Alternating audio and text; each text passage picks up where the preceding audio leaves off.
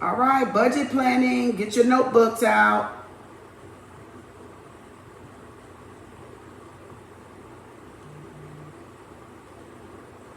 Get your notebooks out. Do I got a mark up here? I know I'm at the right with this black because y'all ain't gonna be able to see it if I don't.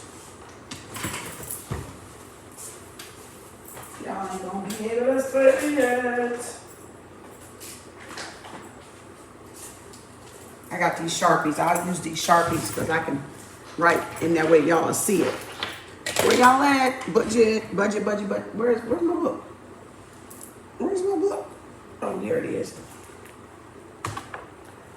All right, this is the book we're going to be reading from. Book Club and Budget Book and Cash Envelopes. So this is the book. This will help y'all out. We've been doing this. I'm having a reset for 2024. All right. I'm having a, oh, that ink. It's all on my hand. And y'all got your budget planner, all right, from Elena. Those that got it. It was looking like the first one I got was here. That's this. I upgraded to the black to match my big bad bougie Bianca shades. See there? But the first one you get is like this on her website in Organized Money. So I got the cover sitting right there because I got some notes up in here. But then this is the planner right here. And, but this, so everybody know Organized Money, Elena, right? She does this budget book, all right? So you've been keeping track of your expense. Some sheets in here you may not use. This is my second year. If y'all haven't, if you haven't even used it, it may be a little intimidating at first, but just stick with it and you'll feel your flow. You'll get your flow of it. You know what I'm saying? And some pages, like I said, I still don't even use it. This is my second year and I still don't use it. So I may specialize it next year, or I may just leave it like that, and maybe one year I may just finally figure out how to use it. So this is the budget planner. Each week by week, your payday, your paycheck. I love this because I love that. I love, look, it just comes apart. And if you want to shred them, you shred them the following year. I love this idea. And that's what it looks like. So you go from week to week, right? Week to week. So that's what it looks like. Like I did, I upped the upgrade for professional purposes, professional looks. Like I got notes in there. Like I say, I have notes everywhere in different things, you know. So this is the one. And so what we're going to do, you got to set your income goal, your savings goal, your debt reduction goal, your budget goal, and your investing goal. All right. And you see, I got the colorful stickers there. So your goals for 2024, because how far can you get when you ain't got no damn goals? So you got to separate it. All right. And then your money routine is daily, weekly, monthly, quarterly, and annually. What you're going to do on a daily basis, weekly basis, monthly basis, quarterly basis, annually basis. All right. And then you got a financial overview, which ain't nothing done. I just put dates on it. And then you got your bills and subscriptions right here. So if you got those renewable subscriptions, annually is at the top, quarterly is right here, and then monthly is right here. Only thing I wish she would do is make an extra sheet of this, because I had to write down here, and that I got OCD. So that's kind of, you know, getting on my nerves every time I look at it. So I try not to look at this page that much. You know, everything is gone by the time I go and check everything, because I can't stand it. Because I don't have no lines. I need more lines. Because other people got, you know, people got a lot of bills. So I feel like this right here should have been a little bit longer. Like another page right here where it carries over. I think that's a good idea for Elena to do. But that's her. I mean, I still like it. It still works. And then you got the debt tracker here and the snowball method on the credit card, student loans, things like that. Then you got a yearly savings, like how much you want to save. Like all my stuff ain't even filled out, but I got stickers everywhere though. I got stickers everywhere. Look, I got stickers all on the page, you know. So, and then she got the savings jar that you can color. I tried to use them last time. They didn't really do nothing for me. I felt like I was doing a lot of repeating. So I kind of didn't even start them yet on this one yet for a reason. Because I didn't want to do like I did last time. But that's January's. So I do you do week to week. Whatever day you're getting paid, you put your date here, and then the next date you get paid, the next date you get paid, the next date you get paid, right? And you put your categories down, all right? And then you got a little synopsis right here on how your schedule's gonna work. So you gotta watch some of her videos, because then you'll kind of know, because I don't want to repeat when you can go watch her videos.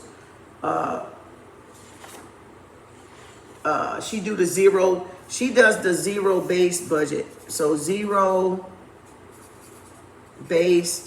budget. So look that up. That's what she does. I'm just gonna run through it, y'all, because I'm not gonna teach y'all that. Zero-based budget. Y'all need to put some skin in the game and do some homework. Zero-based budget. All right. TheOrganizedMoney.com. The Organized Money. That's the planner. The Organized Money. Elena. That's her planner. All right. And her budget, her cash envelopes. I'm going to show you in a minute. And so that's her Organized Money. She does a zero-based budget where all the money is assigned a job or assigned somewhere to go. So when she tally up at the end of, let me get a sheet. So when she tally up, I'm just gonna pull back here. When she tally up all of this at the end, it's zero down here. Because the money has a job, and the money is already allocated to where it's going, so you don't waste money and you end up spending or putting it in a buffer, in a savings or a sinking fund, whatever is left. So you got to be very diligent, very persistent with this budget, because she got a lot of stuff she does. So I see why she made it like this, because it works for her, but I don't need all the stuff on there because I don't wear that many hats. She got a lot of hats. My stuff is duplicable, duplicatable, but she wear a lot of hats. So she does from a zero-based budget. There's also some other budgets you can do. I will list them and find which one worked for you. I've been doing Lynn Richards' budget for a while. The one I did was 50, 30, 10, 10. So this is the one I've been doing since I've been doing budget. Not until this year. I'm not doing that one no more.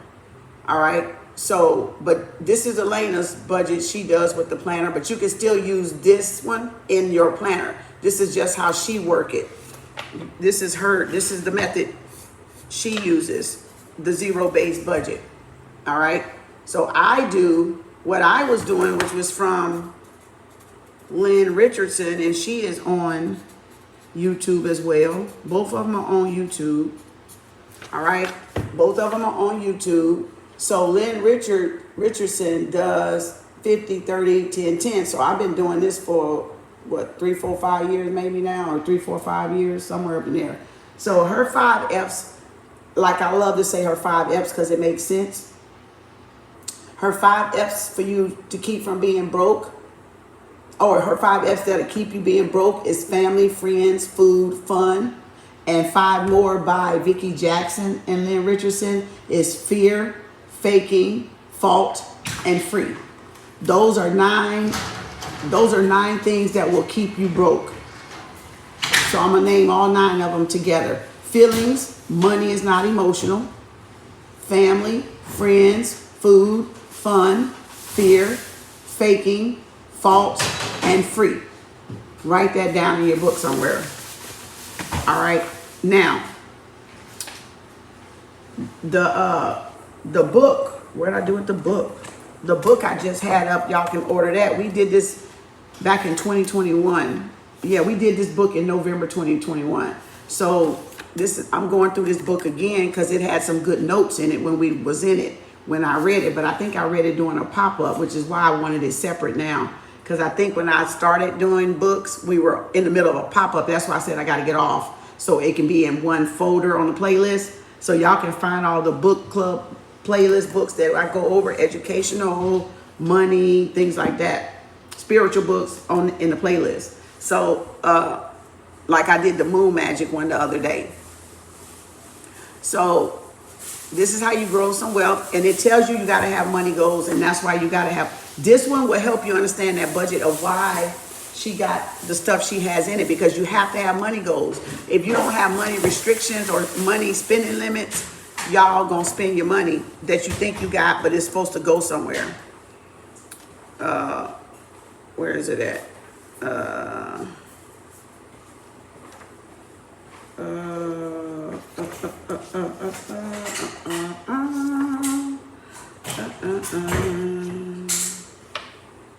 So, okay, look, I was reading it yesterday, reading back over some of the pages here, and it says, I'll just read 8 and 9.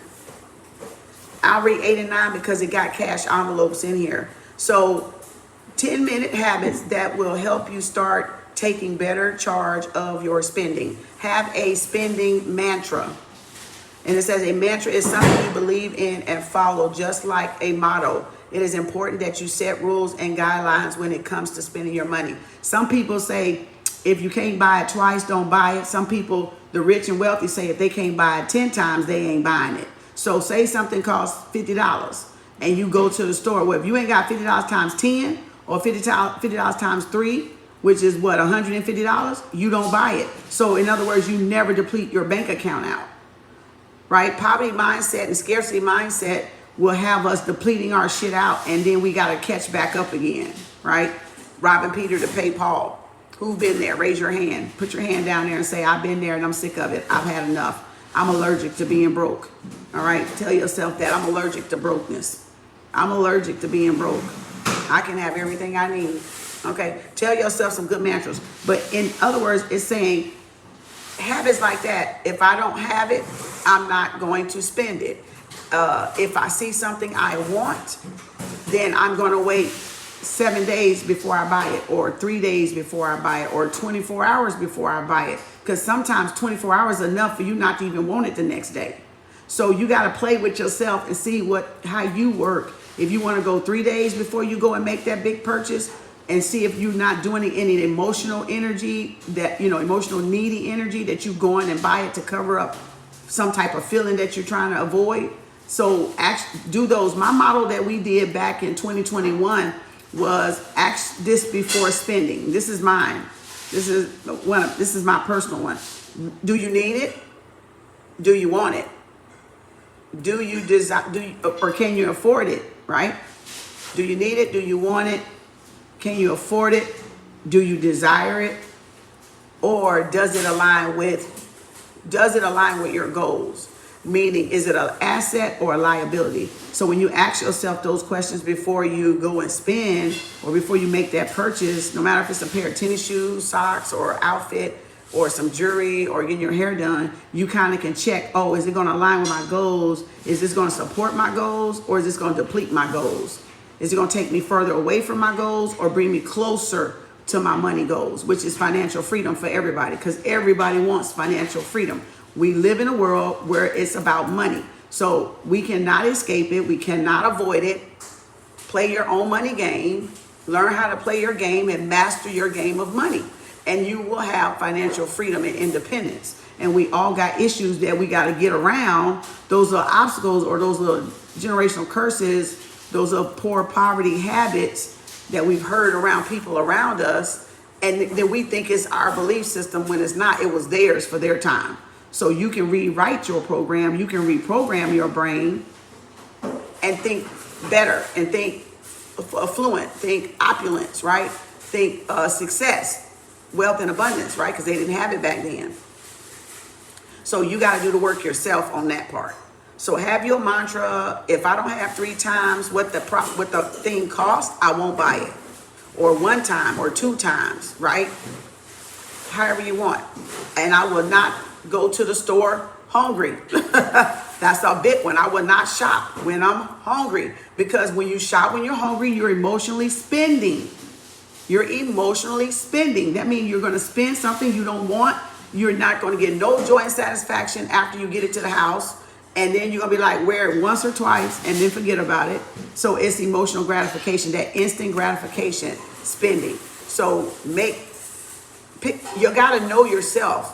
You got to know your habits, where look. And then first of all, you have to review your bank statement. You got to know what you're wasting the money on, what you're not doing with the money that you should be doing. And you got to have a no spending limit, or you got to have an amount that you're going to spend. Like say when you go to Sprouts, because I like herbals. So if I go to Sprouts, I got to get a budget, because I go in there and go crazy. So if I go to Sprouts, I can spend $85 on my herbs, because they are expensive, and I need this and this running low, and I need this and this running low. So you got to put yourself, okay, if I go to Sprouts, I'm only going to allow myself $25 to $35 when I go in there. So that tells me I can't buy a whole lot. So give yourself a budget where you know you can go over, where you can do more than beyond, because you get joy and satisfaction out of it. But not that it's bad, but it's because you love what you're passionate about it, right?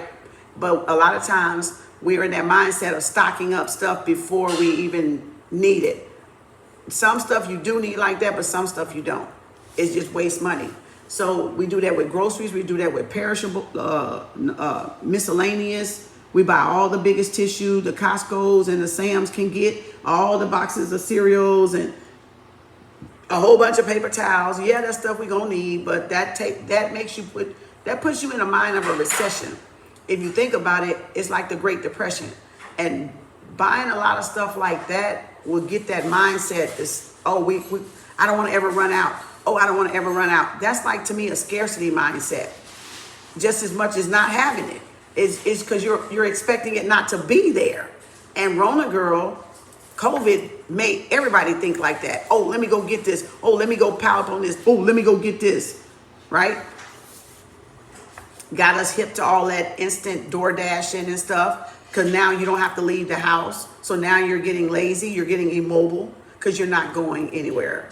You're just sitting around ordering stuff all day on these drop shipping places, right? That can drop ship to your door, or you can roll up to the store and pick it up. All right, so y'all got to watch that type of spending, because remember, they come with a fee.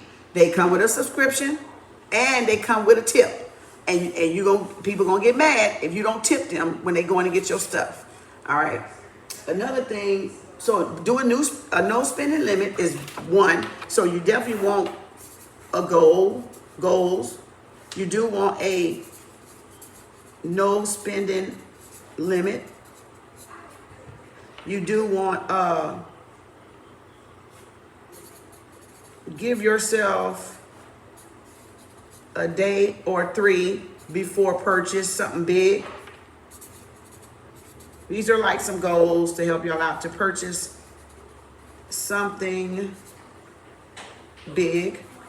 You know, like if it's gonna put a dent in your if it's gonna put a dent in your bank account or your savings account or your sinking funds, then you might want to wait to make sure you're not just, like I said, buying it out of just, emotional gratification, just instant gratification, to stop you from sitting down working on something, or sitting with those emotions and healing. So you cannot be doing that at all. All right. So that's going to be good to do. Where is that page at? And then it says, if earning a good salary and having a good job hasn't helped you save to date, probably you need to work on your spending in order to save. To save yourself from the problem, start having a spending mantra. This means you need to set certain rules when it comes to spending your money, such as always save before you spend, before making any purchase or even paying your rent, utility bills, and other things. Save some amount of money. Question the importance of the purchase. That's that part. Before making a purchase, analyze its significance and need for you, and only if you are sure it adds value to your life, opt for it. Only if it adds value, like increase your business, you can make more money with it. It's an asset that you're purchasing, not a liability. So an investment stock or an investment retirement is an asset because you're putting money that's getting some type of interest on it, right? And the next one is set a spending limit each day. That's what you get in trouble with, because you can be like $300 in your balance, right?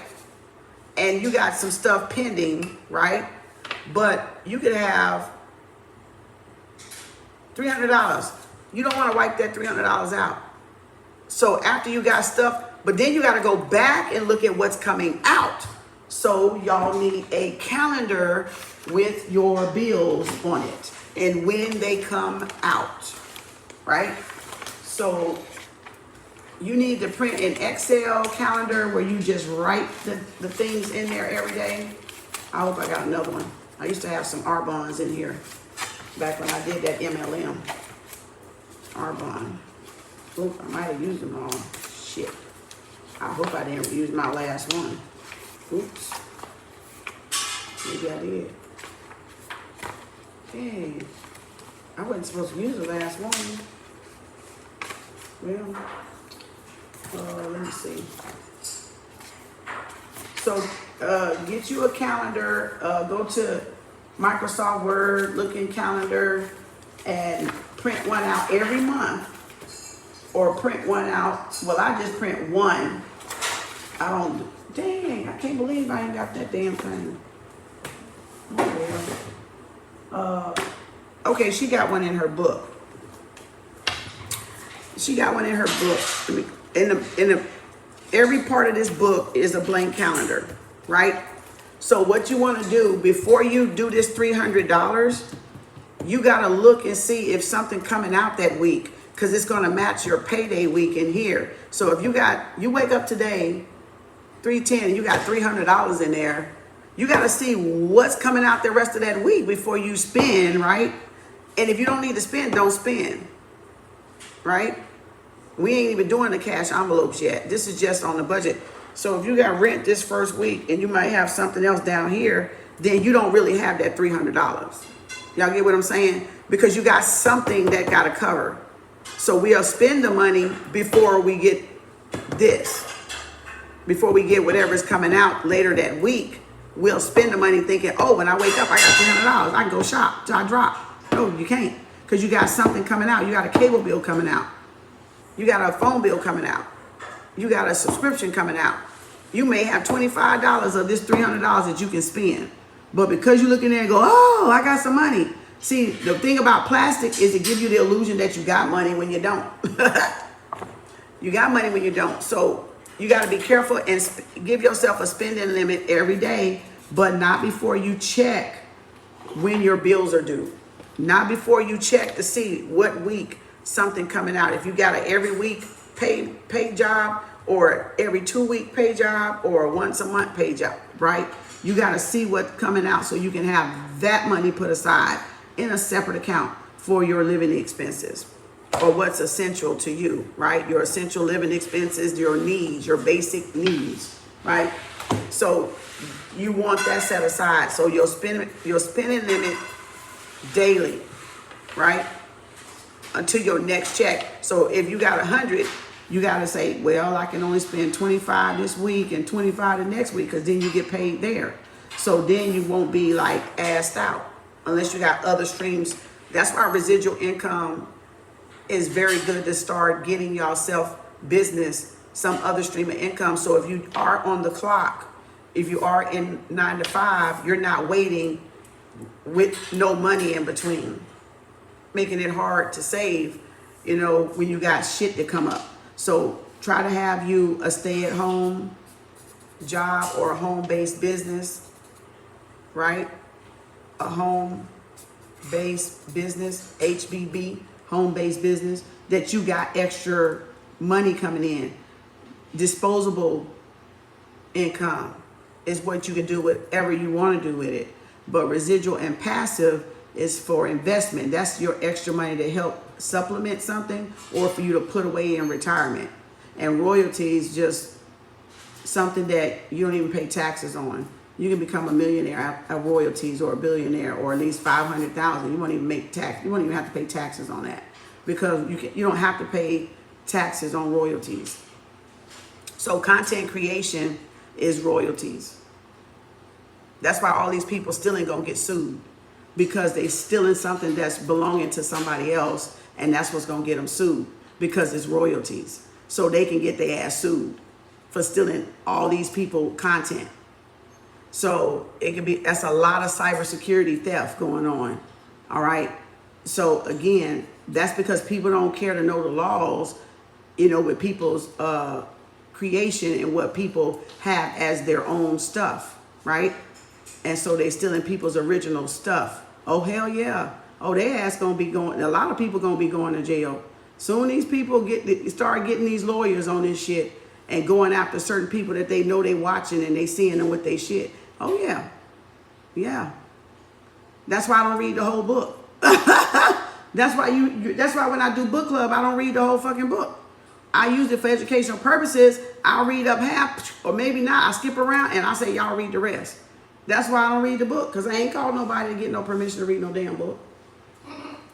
I ain't stupid. I'm not reading nothing. Because you know why? Because that's adding to your content, your views, and pretty soon you're going to be able to monetize. Whether you cut it on or not, it's going to help you get money. It's going to get, and that's why they say you can't publicize. You can't rewrite it without their permission. The disclaimer is in there. See? And people not asking people to read their whole books. They're going to be in trouble. Because they say you cannot redo this without their permission. It better be for learning purposes. But royalties you don't pay taxes on. That's like music, videos, like my songs that I got, that's royalty. So that's just me getting paid for whatever I get paid for that. But that's royalty. I won't have taxes on that when I make money off of that. So disposable, you got passive. I'm skipping. Y'all can look these up. I'm just going to give, because y'all need to do your homework so I already know this. I'm not going back and reteaching it because we already did it. Passive, residual, and then you got disposable. That's play money. See, this is what big ballers go with disposable money. And then you got royalties. Royalties come from your art, your music, your video content creation off of YouTube. You can get 1 million and Kiana, what is it called? What? When you're on YouTube, when you got 1 million. YouTube retired. YouTube retired. To become YouTube retired is 1 million views. Subscribers, I'm sorry. 1 million subscribers is YouTube retirement. They're going to get paid for the rest of their life. Whether they make new content or not. 1 million views on YouTube is YouTube retired, whether you make another video or not. See, that's why a lot of people are in the content. So instead of people over here harassing my pages and shit, they should be over on their shit making content. That's how stupid they is. That's how ignorant that is. When you could be getting your own views and building up your own platform for you to get YouTube retired. They over here on people's shit doing God knows what. Y'all see them down there. It's stupidity. And that's why I just be like, okay, you're wasting time. You could be building your own shit up. Because evidently you got a page, you down here typing. You down here stalking and trolling. And commenting and wasting time. And you could be over there doing your own shit. See, y'all gotta pay attention. See, if y'all don't ever read and don't look something up, you don't never know. That's why I tell y'all, you got to start looking shit up for yourself so you can know for yourself. So 1 million views on YouTube is YouTube retired, and you and your family going to get that money for the rest of y'all life, whether you put out another video or not. And most people still go to 2 million, to 3 million because they love what they do. They love what they do, or they're going to cut down on there. You do? Good for you. You got one? Hey, I have 1 million. I have 1 million subscribers. Hey, Wolfgang. So again, that's YouTube retired. He can start another page, or she, They can start another page and work on a second page, work on a third page, da-da-da-da. But people to be trolling is stupid because you're wasting time trolling when you could be building up your page for you and your family to have some type of finance or something. You see what I'm saying? So 1 million subs, 1 million subs, all right? 1 million subs will get you YouTube retired. And that's royalty, so that's not taxable. They don't pay taxes on that, all right? So that's YouTube tax. So that's why, and so passive and residual income is like, passive and residual income is like other, like you having a second job or a hustle that you got another mean. Passive and residual income is like money you create something one time and it turns over in your sleep. You never have to do anything again, which is something like YouTube videos. It's passive residual income because once we make a video, we take our ass to sleep. Once we load a tarot reading or whatever they do, we go to sleep. Once you make a TikTok, you go to sleep. Once you do a master class or some class you're selling, you go to sleep. It makes money while you sleep. So passive and residual is doing the money. It's doing the work for you. Create it once and it's doing it for you. Disposable is your play money. That's what they go to the casino with, the big ballers, the celebrities, and they put 30,000 on the table because they got 30,000 they want to fucking play with and lose. They don't give a fuck if they lose that in Russian roulette or poker or something like that. Blackjack 21. They don't care. They like, that's my play money. I'm gonna play with this money. That's disposable money. But y'all can have a disposable money in your budget. So you gotta make room when you do that 50. Let me write it on a separate one. When you do that 50, 30, and 10, and I'm gonna do 10 down here because that's how we did it first. So your play money is gonna come out of here, but you're not gonna use it. So your 50 is your house. Everything in your house that's important, your needs, your house needs, right? So you list those down. That's your rent or mortgage, which means dead people. And you got light, you got phone, you got cell, you got internet or whatever. You got gas for your car, you got insurance, your car insurance, your renter's insurance, your health insurance, right? You got food, miscellaneous. You got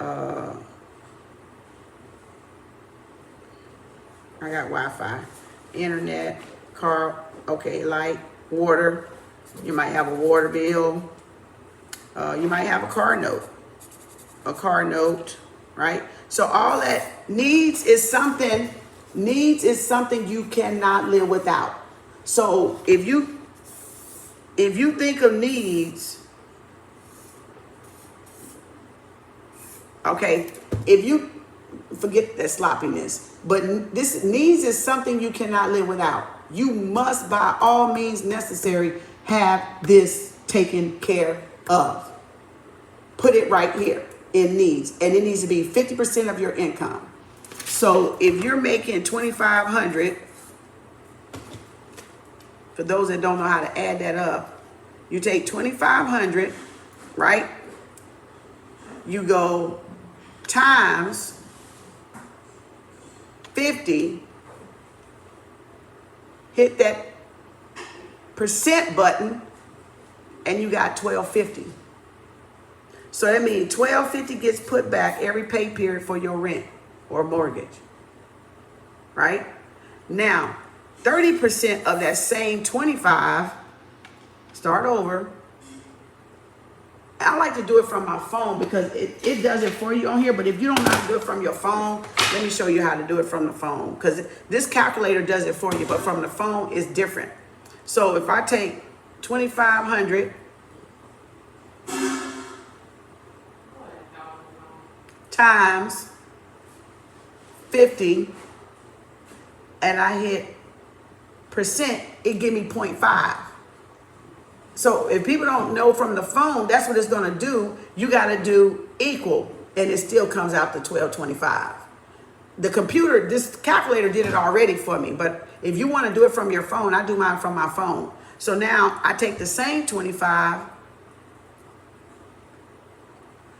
times 30%, 30, hit the percent button up here, and it's 0.3, right?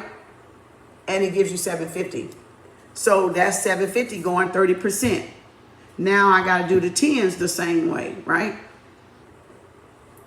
Times 10% equal 250. So we know 250 here and 250 here, right? So if we add all these up, it should come to that 2,500. So let's add that up. Let's do 1250 plus 750 plus 500. I'm gonna just say 250 plus 250. Oh shit. See, I hate that looking like, damn it. Now my thing don't want to work right. 2,500. I gotta do it over. Plus 750 plus. Damn it. Hold on. This thing didn't. See, I hate these phones. They don't. You gotta watch that because they'll push too many buttons. Okay. 2,500. No, that's not what I'm doing. 112.50 plus 750 plus 250 plus 250. There you go. 2,500.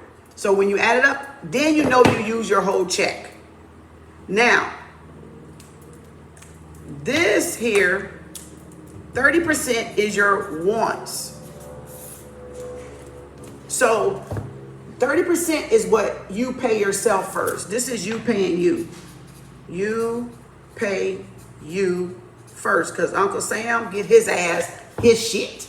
So this keeps you from dibby-dabbling in your house bills because this is you. So you don't need to go in this money. This is your rent and all this other shit, whatever it adds up to. So first you got to get what your budget is and you got to get what all your expenses is before this shit makes sense. Because then you can do the math right and find out which one worked for you. So if we did all that and it was under 12, or it was right at 1250, if we just took that, right? Then that's put aside somewhere else. You can have like 2, 3 bank accounts if you can manage, or 1 if you can manage, or 2 you can manage. I would have more than 1, or you would have maybe 2 with a checking and a savings, and another with a checking and a savings. Because when we get to those cash envelopes, you're gonna see why. So again, because remember we got four things here already. So this could be a bank account, this could be a bank account, this could be a savings, this could be a savings. So you're gonna see you're gonna need multiple bank accounts if you can handle that. But again, it'll tie together later. So this is your wants. What are my wants? What are my wants? Nails, hair, gym, cleaners, right? If you're doing that, shopping, clothes, right? Just buying shit, to be buying shit. Concerts, events, right? Stuff like that. You can live without that. So once it's things you can live without, it ain't gonna kill you to not have none of this shit right here. But that shit right here gonna hurt. If you don't have these needs, it's gonna fucking hurt, right? So that's the difference between the wants and the needs. So 50% should go on your needs, 30% pay yourself first, and the rest go put it in an account somewhere. 30% don't mean every time you get paid, you wipe this 750 out. That means you motherfucking save that 750 for when you want to buy a car or buy something big or buy something extravagant like a vacation. It doesn't mean you, and that could be vacation there too, as a matter of fact, right? That could be vacation. Short term, I call ST, is less than 1 year. Long term goals, LT, is greater than 1 year. I see short term as 3 years, and I see long term as greater than 3 years. But some people don't do that. A lot of books will tell y'all short term is something that you want to accomplish in a year. And then greater than a year is considered long-term. I don't do that. I do mine like nursing. Acute is like 3 months or less, right? So my acute is like my 3 years or less. Then my chronic is greater than 3 to 6 months or a year. It's called chronic disease because it lasts a long time. It's not something one time and it go away. It's chronic. So to me, that's long term. So I still bounce with my nursing stuff sometimes. So you can do it however you want to, but they consider in the budget world that short term is less than a year. So if you got a goal of, I want to buy a laptop. So you got a year. How much you need for a laptop? $2,000. So you can get $2,000 within a year, right? That's short term. If you want to buy a house, it's going to take you longer sometimes than a year, depending on if you got money saved up or not. So that's why they're considering it greater than a year, because most people want a house. Most people want to buy a car. Most people want to put $6,000 in their retirement fund. So it could take a little bit of time. Or they want to go on a big lavish vacation, and that could take time to get to that. Or they want to furnish the house or remodel the house. So that takes longer than 1 year. So you can put it at short-term 1 year goals and then long-term goals, right? So now wants, I ain't got to get none of that. But I can still get that 30% and put it in the bank, right? 50%, you need all of that because that's part of our daily living. Now, this is the part where they go charity, your tithes, that 10%, or whatever you got as a charity or a church. You can give it to whoever, whatever, our Red Cross, Salvation Army, or you can give it to church, or you can help somebody out, right? 10% they use for debt. They use for bills, like they use for credit card debt, bills like student loans and stuff like that. And then this down here can be your savings, your emergency fund, or big ticket things that you may have, future car maintenance, or taking a vacation.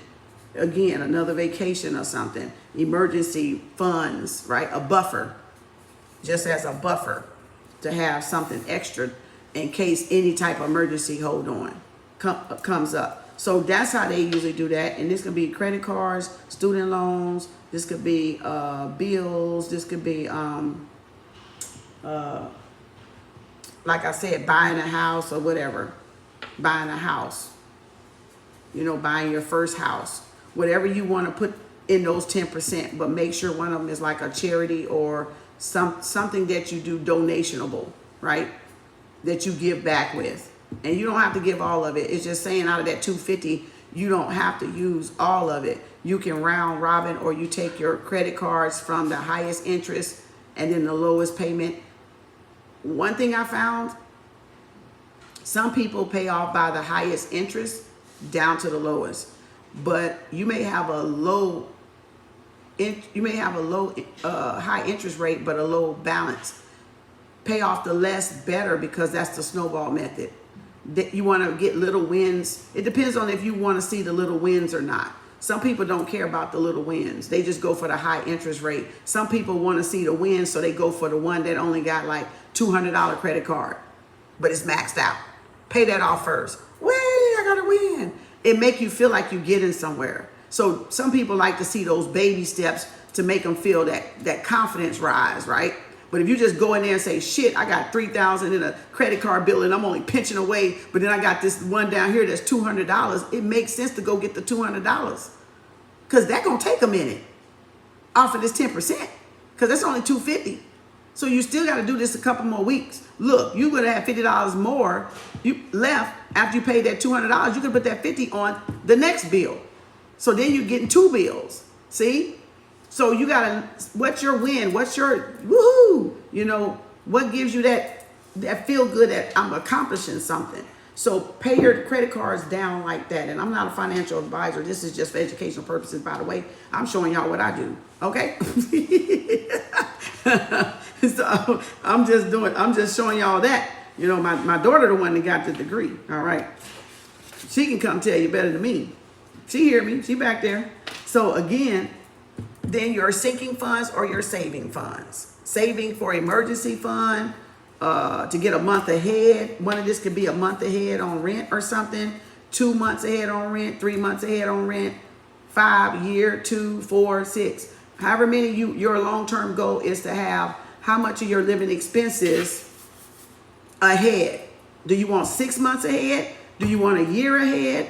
Do you want 3 years ahead? Do you want 5 years ahead in case you lose a job? You see what I'm saying? Okay, now we off that. Now, the envelopes, this is where the envelopes come in. This is where the envelopes come in at. So with all that said, you know now what are your needs. You got to list everything out, add up all it costs for you to have those needs, and then your income. Add that up. Then what are your wants? Do you get your nails done? Do you get your hair done? How much it costs you? You know, do you go to the gym? Do you got memberships everywhere and everywhere and everywhere? And start eliminating if you don't need it. Because that could be where y'all extra money going. All right, so now, where was we? Okay, so I'm going to take this. Elena does 3. She names it. She got, okay. I always take my red pen, even though I'm not on this month yet, I know I'm going to get to it, so I know how I already do it. So this is just a rough draft, but I'm actually going to really use this when I get to it. So I go like this, number 1. I go number 2, and I go number 3, and I go number 4, and I go number 5. I number her sheet just like that, because if you see her videos, you'll see why.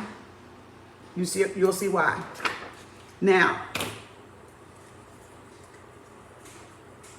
I'm looking for my blue pen. Then, what month am I in? This is March. Oh shit. I didn't even realize I pulled that out of March. Oh shit, I can. No, I didn't. That's 59. Wait a minute. Oh, that is 59. Wait a minute. Oh yeah, that is March. Oh, okay. Right on the back of that sheet. Okay, that is March. Oh, I was right in the month. Okay, what payday is this? 22. Oh, I didn't do this one. This is going to be an extra one. You know why? Because 29 is, no, that's right. No, 30 it's right. So it is 30. Hold on.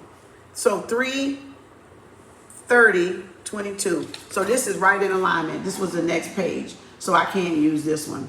So there, I put the date. So if I say the next payday is the 22nd, right? Then up here, if you look at her videos, she'll tell you all this. You put the balance, income, and then you got any extra income, which I never get this part right because my shit be everywhere. So here is where you would write the light bills, or say you, and this is not enough room either, but she has an extra sheet because she does it in a whole planner, and this is a small 5 by something. So if you have a planner, she has an extra sheet because, again, she don't have a lot of room. So you're going to need an extra sheet, but she got that if you need that. So this will be all the bills. Down here, she says the main category she uses is food, gas, shopping, other, right? And then date night or lunch date, right? And any gifts you may give anybody. Then over here under sinking, because remember you got variables could change. So I could have $100 for gas, but I only use 75. So she has a budget, but she has an actual. So what you're budgeted for on food, oh, just say for this, remember this is a week at a time. So say, like I said, Sprouts, $35, right? I'm gonna put 50. I'm gonna put 50 for food, 50 for gas, Shopping would be something for me, right? Out of that 30%, but I got a limit, so I'm not gonna use that whole 250 off that example after 750 we gave. I'm gonna say in a week, I'm gonna put $75 shopping. Other $50. That could be for date night, gifts, or whatever. Gifts, $50. Date night, 75, right? So then you would add that up and get the total. Remember, everything over here gonna come to zero. So right here, then you come over here and you want to get your emergency funds. Good thing I got some white out. You can do your IRA if you got IRA retirement, and then your cash envelopes are here. Because you want to put that in here, because if you're going to do the cash envelopes, which I'm going to show you in a minute, you want to have that. And if you want to stay a month ahead or 3 months ahead, you put it right there. So you can put 1 month ahead here. You can be saving for like the next. That's why you never want to use all of your money, because all of that extra money could go to that 1 month ahead. So y'all can get 1 month ahead, at least get 1 month ahead. Down at the bottom, you want the buffer. That means extra money, and you're going to go put it in the envelopes where they belong. And then you can get your credit cards, your credit cards. And you got your bills, like whatever, student loans. If you pay student loans and any other type of bills, right? And then, I think that's it.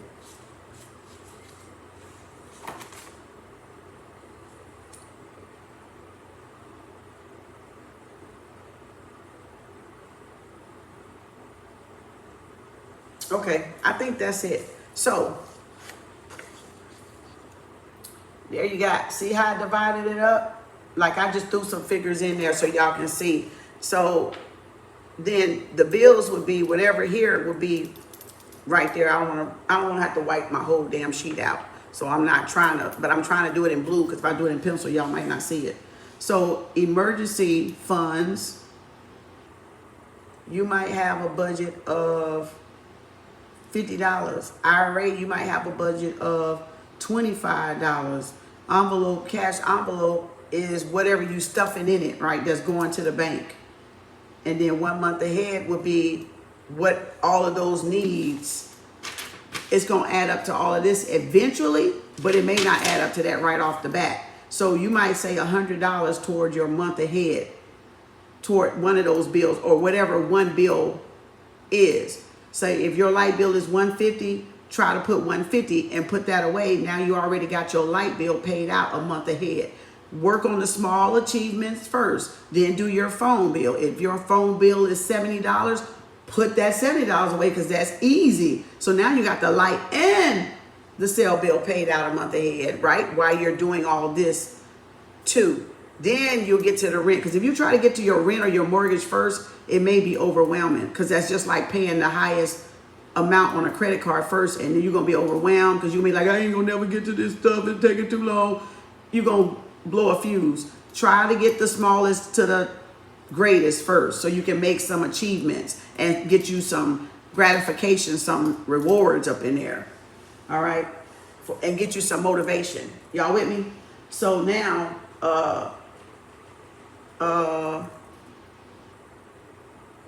now, like I said, I don't do zero based. Yeah, take the small steps. I don't do zero based. I do the 50-50. I do the 50-30-20 now. I don't even do Dr. Lynn Richards, hers no more. I do the 50. I tried doing the 60-20-20. It didn't work. I looked at it and I was like, nah, that might fuck some shit up. And then I was like, well, shoot, I can do like the wealthy dude. They do the 80-20. Hell no, because they live off the 20 and they invest the 80. So that's a big difference. That's when you get money. You want to go to 80-20 when you got money. All right, when you really wealthy. Because with the way stuff costs these days, no, that ain't gonna work for the average person, the average household even. You really gonna be scrapping. Everything gonna be used. You know, everything gonna be hand-me-downs probably. You know, it's gonna be a challenge. Okay, so then you can go 50, 30, 10, 10, 50, 30, 20. You can do 80, 20 if you're wealthy, or you can do the zero-based budget, which everything on here, by the time you get to total, it says zero. And that means that money is assigned to go somewhere. All right, not spend it, not splurge. It's going somewhere that you're going to get an asset, not a liability. Now, another good thing you can do, one of my spiritual brothers was telling me about this, was automate stuff like to save money. You can automate, you can do bill pay or auto bill pay, like how they take your phone bill out, your monthly thing, and then it saves you $5. You can do stuff like that, or you can have your light bill come out of your checking account on a certain day. That way you don't have to worry about, see, the less stress y'all have to worry about shit, you won't fuck with the money too, because you'll look at it like, okay, what I got coming out? Oh, I know I got this, the bank gonna send the rent or the light company. Ooh, I better not touch that. It's gonna make you cognizant of what you got and what you don't got. So you won't be living in this illusion. And plastic helps you live in illusion because you think you got money that you don't have most of the time. But that's the scarcity. We wasn't taught about that in school, and that's the way we were trained and brought up. So that's why we all dealing with credit card debt now, because we think that we got money and it ain't no money on that bitch. It's plastic. You know, carry cash.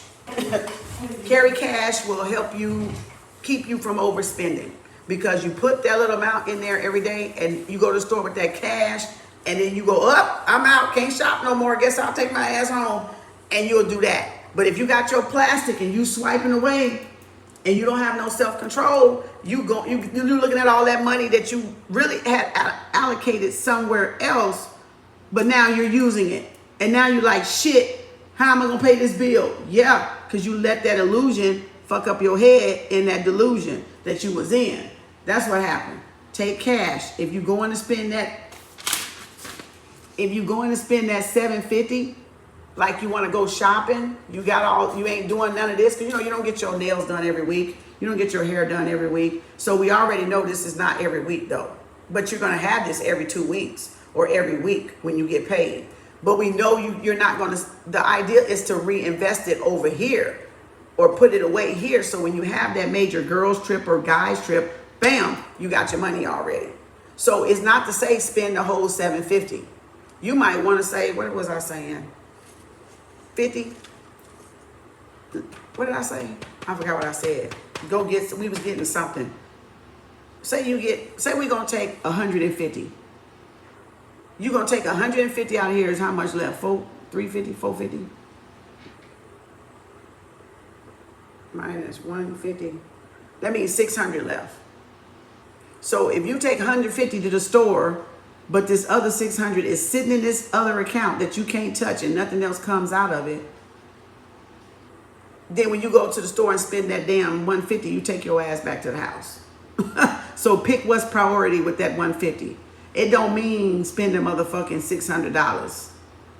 That's a poverty mindset. That's poor people attitude that gets them in trouble, okay? If y'all get my point. I spend from my debit card or cash. I do not have a card even as a business owner. Yeah, you can do it either way. It doesn't matter, long as you know where it's going. Long as you can manage your money, that's all you're trying to get to. You're trying to get to saving more than you're spending, right? Not spending more than your income, but saving more than you're spending, but reserving as much as you can to get ahead or pay off any type of debt, right? That you got to pay.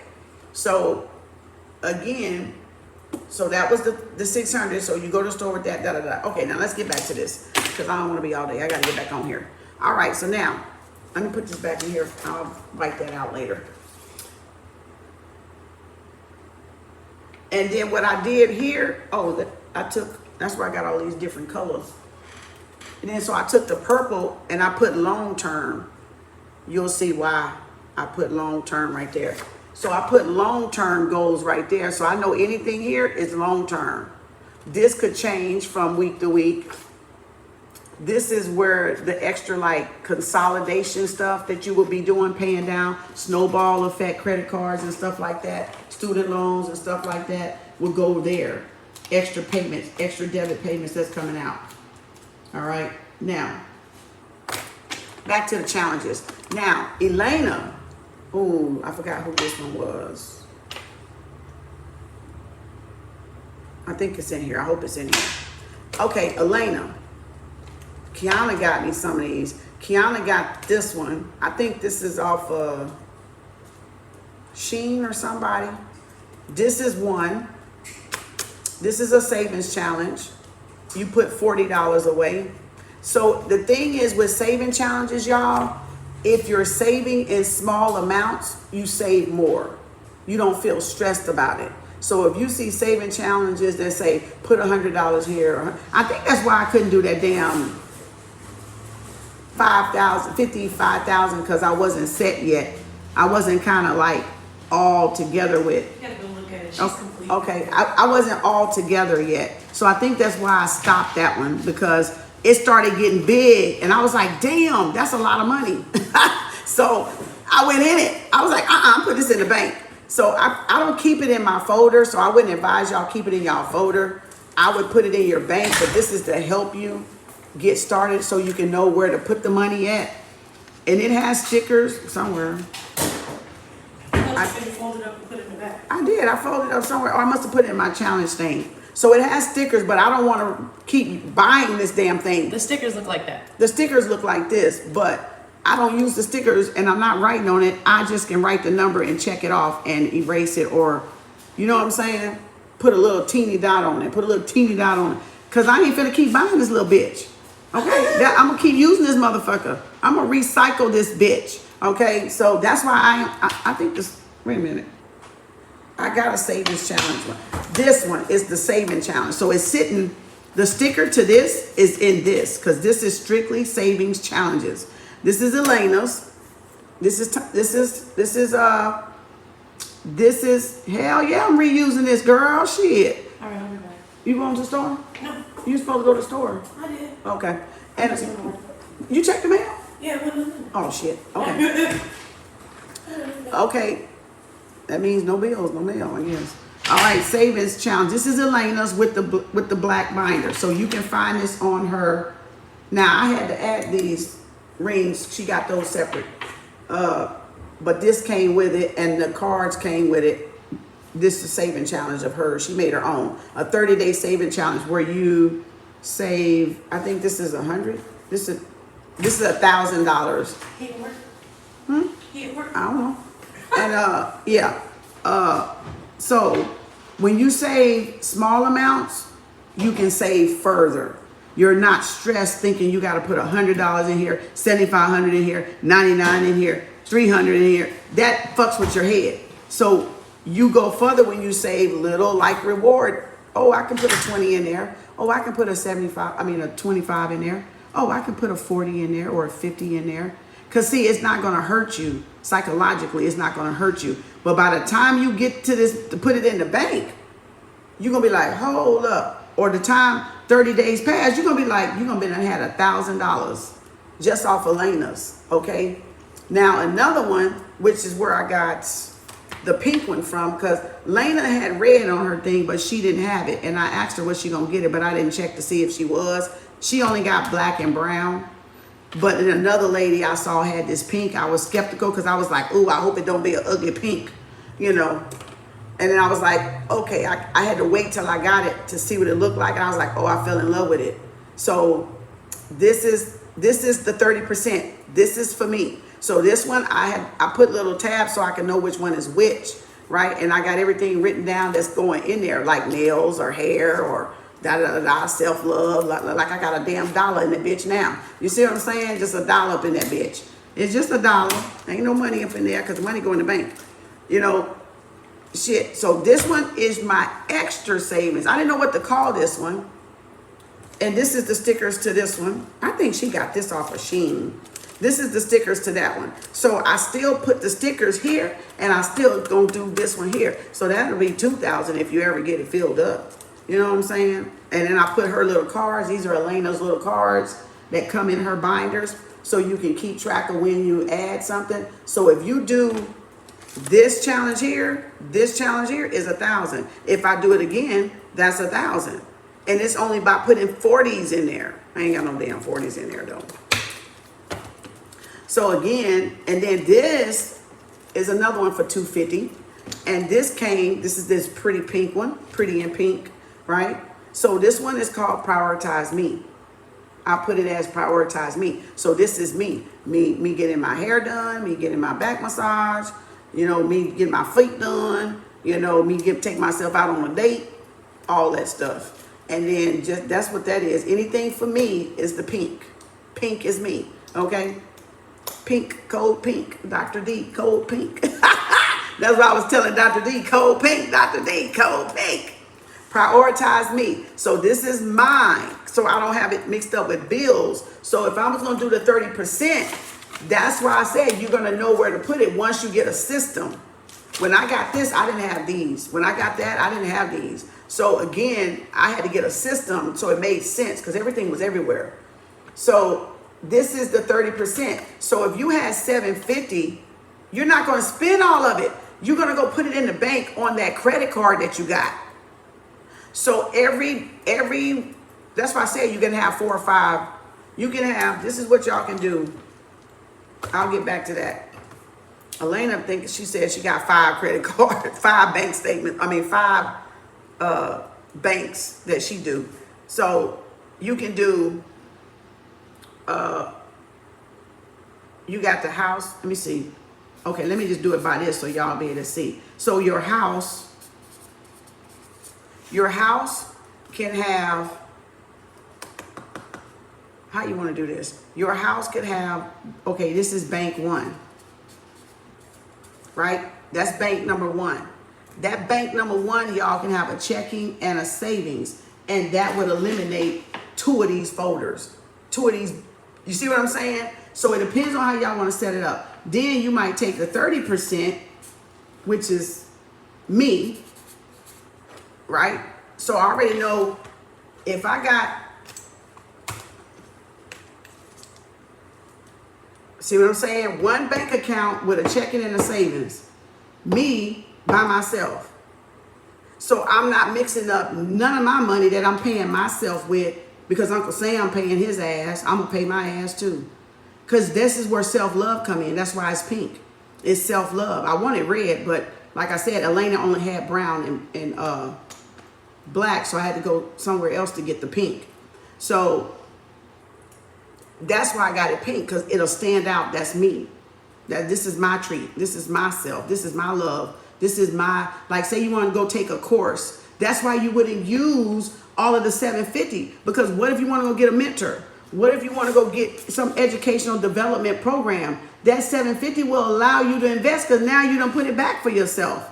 So it's not just getting nails and hair. This is improving your self-development and self-growth. So this is what self-love and self-care is about. Not just beautifying the outside. Beautify that fucking mind, goddammit. Put something in the motherfucking between them ears. That's what self-love and self-care and self-worth is about. You got education. You got some type of training. You made some type of large, huge investment in yourself. And anytime you make a large, huge investment in yourself, it pays off. Not just physical, not getting my hair, a butt tuck, a boob lift, stuff like that. So that's why you would not spend all of the 750, because the rest of it gonna go in here, and then you're gonna take it to the bank and put it on that credit card. That other bank, what is it? In most banks, you can do more than one. So say if this is bank 1, this is number 2, a whole separate one. This is number 1. So you can have bank 1 taking the house stuff, and bank 1, the saving part can be, let me see what that's called. Where my sheet at? The variable. So this is the expenses, and this is the expenses overflow. So this could be the variables, the part that still kind of go with the house, right? So or this could be the buffer for the house, the month ahead for the house. Oh, let me change that. Let's put a month ahead. So if you got anything left, it'll be a month ahead. So you can have all your house expenses go here, and then any overage go here, putting away for the next month ahead. That's one bank. The second bank is the pink. That's me. So now another bank would be the 20%, right? Or the 10-10. We'll just do it like this if y'all can follow, right? And that could be the variable. This could be the saving, the sink. Well, where's my paper at?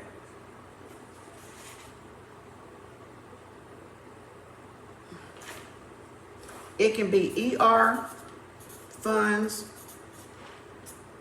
sinking funds, and then you can have charity or your tithes if y'all pay tithes and go to church. All right. Or it could be still, this could be independent bank.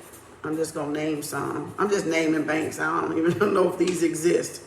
Number three could be your sinking and your savings. Your ER savings, your emergency savings. Your sinking funds are like those car repairs, that things that come up sporadically. You got to dip in it. It could be a vacation, and then this could be your long stuff. So then 1, 2, 3. So then now I got this, right? And then I got this left. So that's 5 of them, right? So I can use this 20% here, 10, 10, right? Or I can just use this and have 4. And then this is like just whenever I want to put something in there, put it in there. Not in a hurry. There's no time frame. Don't stress yourself out, because save when you can. It ain't you can do 30 days on Elena's, but all of them, you don't have to do them 30 days. You do them when you can do them. So that's just depending on how quick you want to achieve something, how quick you want to go on a vacation, how quick you want to try to do this or do that. So this is no time limit, but this is just extra. This could be like kids with, like, this could be for my grandkids to put a savings together, or IRA or educational thing, right? Or this could be like disposable money. I just put extra savings because I allocated the money, but I don't know what I'm gonna do with it yet. That's why I ain't got nothing really on it. So it's like, okay, if I can save it, it'll be for either fun, it'll be for a vacation, or it'll be for my grandbabies to treat them, to somewhere. See what I'm saying? My nose itching, so maybe it's theirs. You know what I'm saying? I'm just saying my nose itching. So if y'all see, you can go 50, 30, 30. I mean 50, 30, 20, or you can go 50, 30, 10, 10, because it's still the 20. So it depends on how you want to break up the binders, right? So this one is just saving challenges. So whenever I order new saving challenges, these are all the different saving challenges. So it's 3 saving challenges in here so far, right? This is in there, but this makes 4, but it's really in here. It's right here. I'm just not going to peel those stickers off. I just kind of stuck it in the little thing so I can reuse it. But I'm going to use Elena's card thing to keep up with it right here, so I don't have to peel my stickers off, and I can reuse it. The pink one came from Jordan Budgets. That's where this one come from. Thank you, Jordan. Thank you, Elena. Shout out to y'all. And her budget thing is like, where is it at? Hers is only $250. She probably has more, but it's $250, and I'm not gonna write on hers because that's why I got Elena's thing in it, because I'm gonna keep using it. I'm not gonna keep buying it. Damn it, I'm gonna recycle this shit. So again, they like to bubble and get another one and bubble, and they don't cost much. I'm just not gonna do it. I'm gonna keep it like that for now. I'm just gonna keep it like that, and I'll write it down right here. Boom, boom, boom, until I get to it. That's what I'm gonna do. I'm gonna keep using it. But I love the idea. They got these a dime a dozen, on Amazon and Etsy. So y'all can get these everywhere. They only cost like $7 or something like that, maybe under $7. They ain't expensive. because they little cards that show you how to save in little increments. So if you save everything on Jordan budgets, if you need a quick $250, that's how you save it right there. Small amounts will get you far. Less is more. And it won't be as stressful on your brain. And Elena's is the same way, but hers equal $1,000. So that'll be $1,000. That'll be $2,050. So that'll be $1,250. That's exactly what we came up with. That's a whole month's rent. See, a whole month. If you did this while you paid your bills, y'all, this would equal out to you having a month ahead. If you did this, what these little three that was in here would be the $1,250, because there's 2,000 and there's a 250 here. So yeah, and then this would make $325 if you did another 1,000. So it looks simple, but it's not. Let me tell you. So these are the savings challenge ones. And when you figure out, and I'm gonna get off of here, and when you figure out which bank account to link with what binder is what's gonna be important. Like which one is gonna be your savings. So if savings was independent, this is my saving one. So this goes with my independent bank, number 3. Because I got it right there. You see, I had to write them because I didn't want to be picking them up if I didn't need to pick them up and put something in there. So I had to put little stickers on them so I can tell which one is which. So then if I save, then I'm going to the bank and put it in there and put it in a savings account. You know, that's what I'm going to do. And there's $1 in there for good luck. To draw some money to it. So it ain't no money in it. Don't ever keep the money in there. Take the money to the bank. But some people use these and go to the store when they draw their money out and put it in there and then go pay their bill with the cash instead of swiping. So if you want to get away from the credit card swiping, that's what I'm doing. I'm not trying to I'm not trying to spend the plastic. I'm tired of them tracking shit and sending me all these motherfucking damn spam mails and shit, because you know we're tracked. So this helps you carry the cash so you can get out of the habit of, remember, we're going to a cashless society, y'all. This is all coming down to the cashless society. Carrying cash, operating either cashless or cashless society or cash society, right? So they're training us now for what's coming. If you really look at it, that's why a lot of people are doing the budget or doing the Bitcoins or doing the things like that, because that's where we're headed. It's just going to take us to 20, 30, 20, 40, 50 maybe to get there, but we're going to get there. It's just going, they just going to crawl us there because we're not ready yet. And a lot of people, a lot of elderly barely could use their damn phones, let alone use some fucking Bitcoin. So they know that the elderly ain't going to be able to use them goddamn Bitcoins. They gonna have to put it in there and get a ass a credit card because they ain't gonna know what the fuck to do. They barely know how to use a goddamn cell phone. So you see how it's going? Everybody's getting trained on cell phone because you're gonna be working and spending from your phone. From your phone. That's your money gonna be on your phone. Virtual money. Virtual money. You're enjoying my privacy while it lasts. Yep, because they have no right to be in our privacy. They don't. They are breaking all our human rights right now. Nobody's making us think about it. And they changing laws to cover it up, to help them be able to do it. So, and nobody ain't saying shit. Like, we don't have, this is invasion of privacy. Every fucking way you look at it, it's invasion of privacy. Ain't nobody gonna have no fucking privacy. Cause remember I told y'all earlier, they gotta go with their ass in the ground. They got to go in the ground. So they going to try to run the planet from being in the ground so they can see what all we're doing. But they got to set us up. They already got the bunkers. Half of them ain't even dead. They down there in the goddamn ground anyway. They not dead. They in that damn bunker. Okay? So again, but they going to let us run up here while they're down there, but they can see us from up there. So that's why you got all the cameras. That's why you got cameras on every major high rise and all up the tollway. If you look up buildings and go over a tollway, you're going to see cameras that can look over at the tollway. They got this shit all fucking mapped out and gridded. So ain't nobody getting away with shit, okay? Ain't nobody getting away with shit. But anyway, You know what I'm saying? Y'all just got to be observant. Like I tell y'all, listen, watch, and observe. Always look around.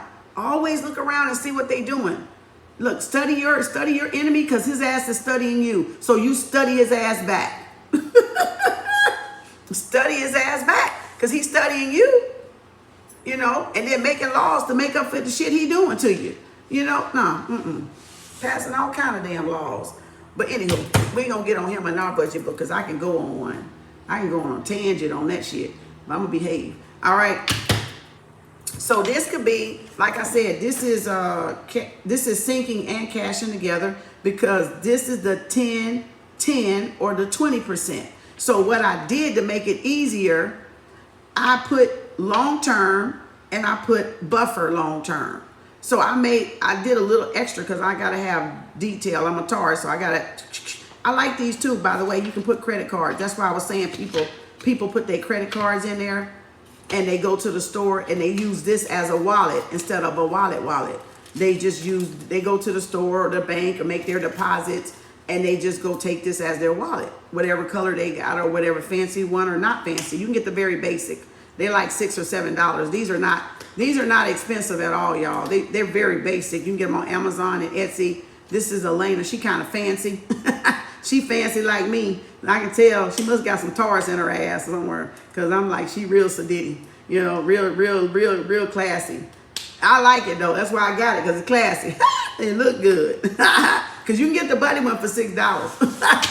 But I ain't going buddy. I'm not doing the buddy. You see her? Yeah, she is. You see her, huh? She real like. I said, look at there. Look, that's why I follow her. That's why I follow her. I got her stuff. I'm like, oh, this is me. Oh, Lord, look at this. Look like I'm carrying a coach. Look like I'm carrying a coach, girl. You know, but she's cute. I like her. She got some good points, you know. But again, I got little stickies in here. To kind of tell me what's gonna be in here, like what I'm working toward in this one. So this can change, and like I said, you can get more of these. She sells these, so when you run out, I'm gonna use the back too. But when you run out, you can get some more because she sell those. All right, that's part of her business. And so you can make your little folders up, and anytime you put money, there's a little dollar there, because ain't no money in there. Ain't a damn thing in there. And then that's a buffer one and a deposit one in the back. So if you got to make a deposit, if you got extra money, you can take it to the bank. But anyway, and then go get it out when you want to spend. See, the whole thing is to get you not to swipe, but the whole thing is to get you to save. And then the whole thing is to get you to take cash. Unless you got things set up on an auto draft. If you got to have an auto draft, you're going to have to put the money in the bank and leave it to cover what's coming out.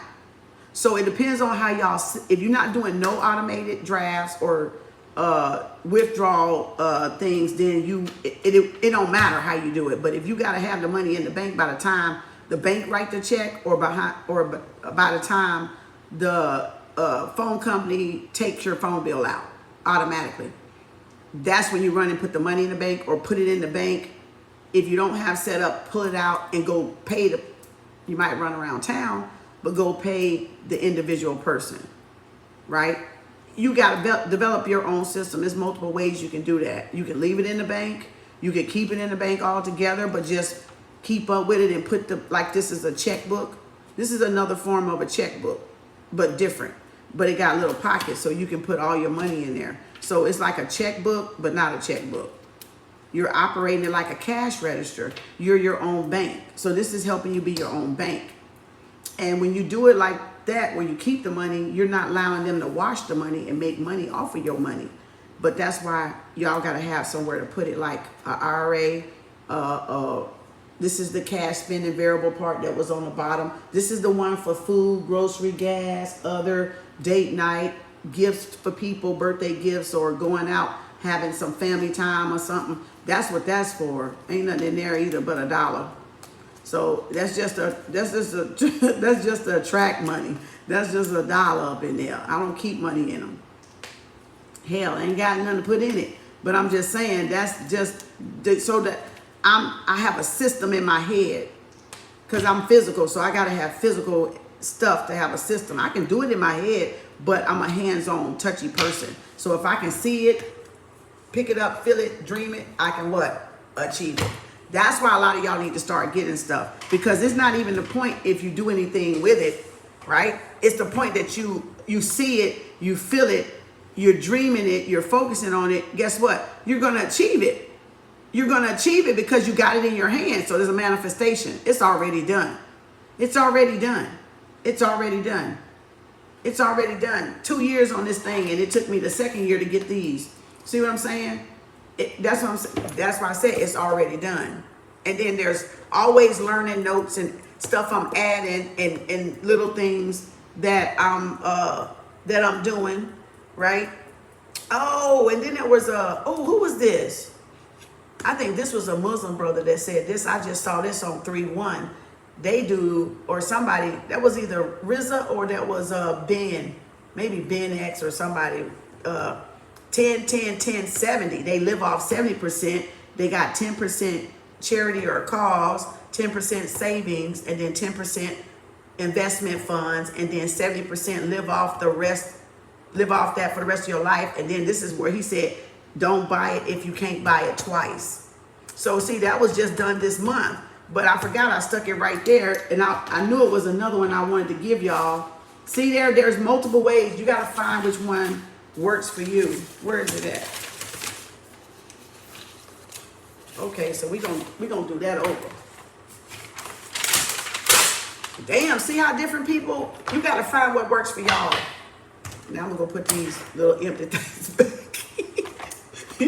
Those little things back. But don't keep your money in your house, y'all. Keep it in the bank if you got any. All right, so we got zero base. Just a recap so y'all can see which one works for y'all. And I had to try different ones, like actually try them to see if they were gonna work. No, they didn't work. So that's why I said, you gotta have to try it. It's gonna be like trial and error. Zero base, 50, 30, 10, 10. And then you got 50, 30, 20. And then some people do 60 and 40, right? Or they do, I seen this on TikTok last year. There's a girl teaching this one. So I've seen this one on TikTok. She does the 60, 20, 20 or the 60, 40, right? Then you have 80, 20. That's the wealthy. The wealthy people do that. Mostly the ones, the billionaire, millionaires, because they can live off 20%. And then you have the 70, and then those 4 10s, or those 3 10s. 3 10s. So this is, y'all got to find which one works for y'all. Those are the different ways you can save. Always the largest is your living expenses, your essentials, your needs. So all, except for right here, the wealthy live off of this amount.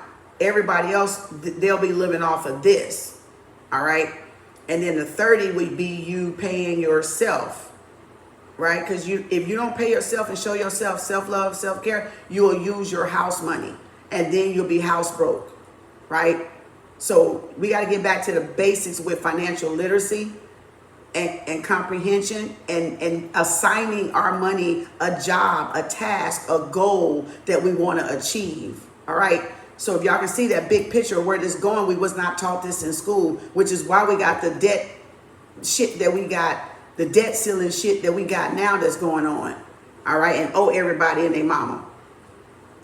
So the 10 and the 20 is your savings or your tithes or what charity you want to give. Even if you give to a homeless family or adopt a homeless family or just randomly give out money in the grocery store to people. Charity is not given to the church all the time. Charity is not given to Susan B. Corman and Army and what's the thing? Goodwill. You can go and you can buy a senior's grocery with that 10%. You can pay for some medicines for that 10%. You can go pay any random older person, whatever age group you want to target, and give them that 10%. It don't have to be, goddamn it, about that damn church. We are the church, and the church is on the outside. That's nature. Nature is outside. We supposed to be outside. Okay? That's church.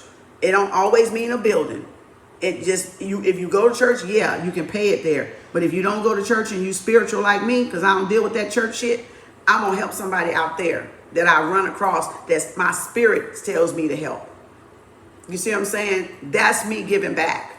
So if I see an elderly struggling and she in a line and I don't know, she ain't got that much, but I think I can pay for it, I might go, here, ring this up for her. That's you giving back. That's charity. And that's a senior at that. So you're going to be blessed even more if you take care of babies and seniors, elderly and orphans. So again, or it could be somebody in your group. It could be your peer or your family or whatever. But it's just saying, I'm just saying it don't have to be church ties, or it don't have to be Red Cross. I'm just saying wherever y'all put that 10% is where y'all put that. Spirit gonna reward you with it. That's why you're gonna get that reward. So those are the different ways you can do your budget. Find out which one worked for you. That's the ones I came across. So find out which one worked for you. Do some research. Which one would, because it depends on, everybody got different amount of bills. Some people like that, like Elena, she may have a lot because she do a lot. So this probably works for her, whichever, the zero base, right? It probably works good for her. Again, that's the book you want to get. It got some good hints. Oh, it did have cash envelope in here too. Let me read. It said question. Okay, I got ink on my finger.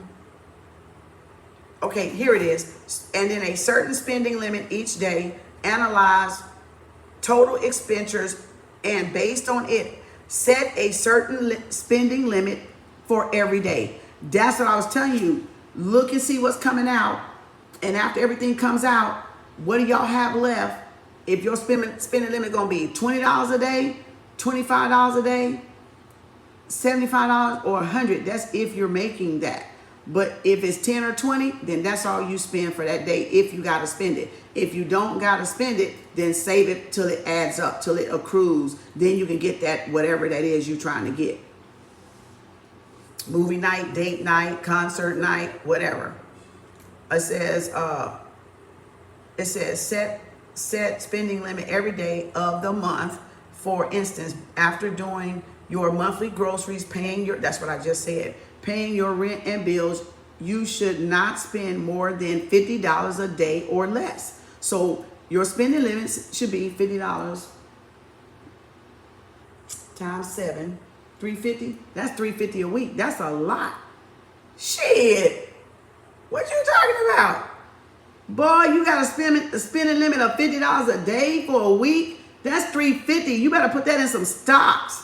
You better put that in some goddamn RRA, goddamn it. God damn. That's a lot. And that's if you're giving that to somebody every week.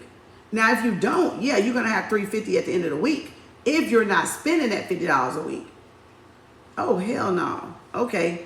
Keep track of your daily spending. If you observe a bigger amount flowing out of your pocket, figure out the unnecessary spending. That's why you got to monitor your check account for at least 30 days. So y'all can see what you need to put a freeze on that you don't need to spend right now while you're trying to build some type of discipline or some type of organization structure to your finance house, which is Taurus house, your money and your values, right? So it says number 9 is budget periodically every income cycle and track how well you stay on your budget. Create a budget for a specific period income cycle and keep track of it by reviewing your daily expenses. For instance, you could create a budget for the week if your income comes weekly, monthly, if your income comes in every month, which I said that earlier, etc. You could also have a daily budget which details how you will spend your money on a certain day. All right. And then it says the budget should detail everything you will spend money on. You can have expenditure category.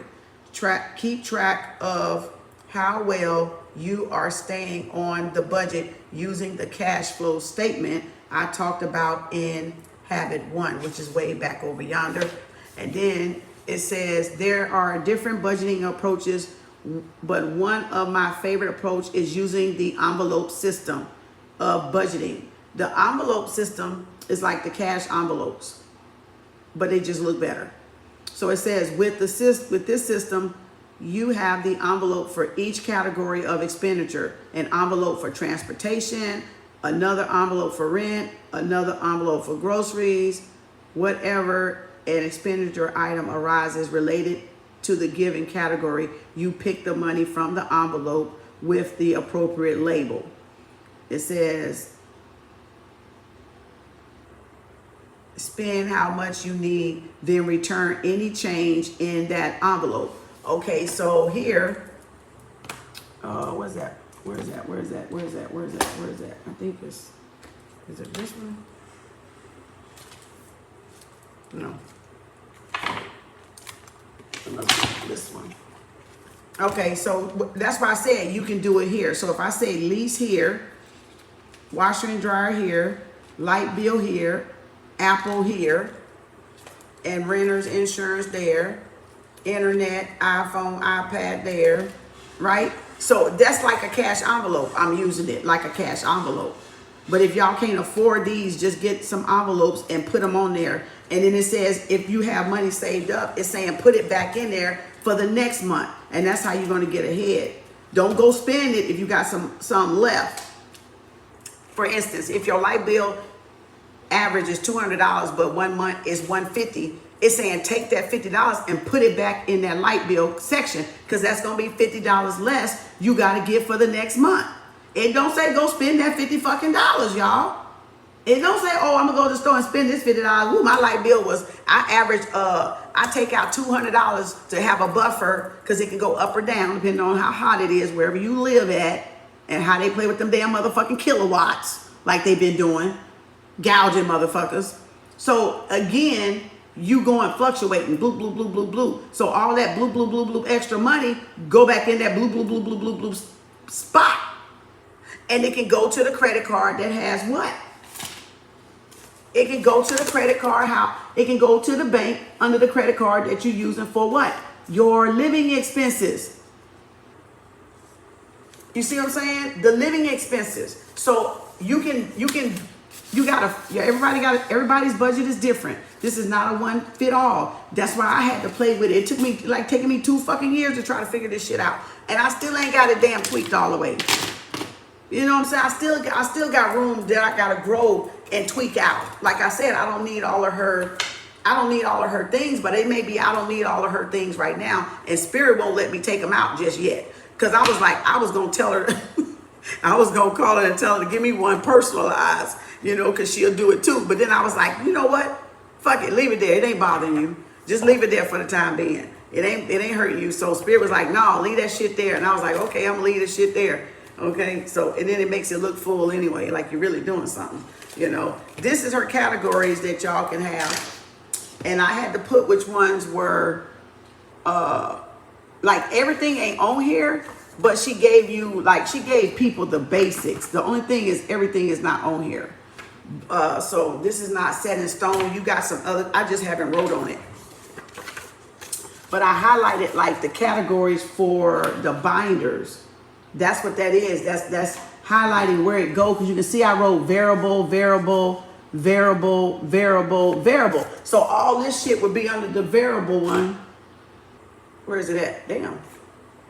Right here. The cash spending variable. That's what it would be in there. So it would be in that one. And you can tell that ain't really nothing.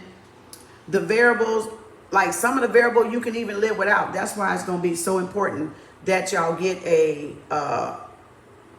your wants, your needs down first before you do this, because some things you may not do entertainment. You might not do a date night. You may not do a lunch date. You might not buy birthday gifts. So you got to figure out what is it for you. That's why I said you're going to have to critique this a little bit until you figure it out. But like, see, fast food, you may not do fast food. See, so you won't need to take money out for that. I only need, what did I say, groceries. I ain't highlighting nothing but some groceries. You see what I'm saying? But every once in a while, I'll buy a salad, or you know what I'm saying. But it's not enough that I'm gonna take a goddamn amount out with, because I don't eat that shit like that. So I just left it off. I just left it off. So you can tweak it how you want to, but that helps you break down the what you call it. It helps you break down your categories a little bit better. And then the emergency fund, the insurance is up in here. It's not, I don't need to separate it right down there, right? Because I got it up here going into the savings and the sinking fund. So it's weird, like it's kind of weird a little bit, but I understand it because I started it. But that's the only reason why I understand it, because it's mine. So it may kind of throw you, that paper right there, it kind of throw you off a little bit when you just getting with something this big, because this is, trust me, this for a boss. Elena's a boss. I love her, but she's a boss. That's boss lady right there. That's boss lady Elena. Because you can tell, because this stuff right here is like, whoo, whoo, you know, I'm like, damn, what is she doing? She got my mind puzzled. So hopefully that helps. Again, get that book. I got other ones, but we'll start there. Maybe when I do the next budgeting video, we will definitely put I'll get a budgeting book for y'all. I'm not gonna pull all my books out right now, but and then also something Elena has that helps y'all out too. Damn, where my paper at? Look at here, my shit everywhere, y'all. She got a habit tracker, and you can pick a lot of her stuff come in downloads, y'all, and y'all can go print them out. Or you can get her to send them. So however way economically y'all need to do it. Or you can just make it up in a piece of paper. Make your own. Make your own. I had to buy this paper so I can print it out, because this is hers. If you're trying to do a habit, she has a habit tracker. So you can see my habit tracker there, because I be doing that's why I had this big one. But she has the planner. She has this in this size, which that's probably what I'm gonna go to next year instead of doing the small one, because I be needing to put big ass sheets of paper in it, and you can't with this one because it's gonna be off of it. So I may switch to the regular planner size next year so I can have the habit tracker in there. But anywho, so this is the book that's gonna go with this one. If y'all want to, you can. It's a very simple read. Big print, so it ain't gonna be giving you a headache. Look at my nose itching. Now her habit tracker, I love this because this is Elena's.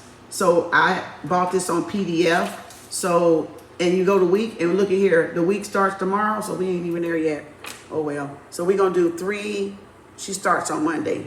3/11/24 to 3/17/24. Then I come right back up here on top of Monday, and I put the date, because I gotta see. I can't be going, so I go like this. Okay. I go like this, see, and I put the date right there.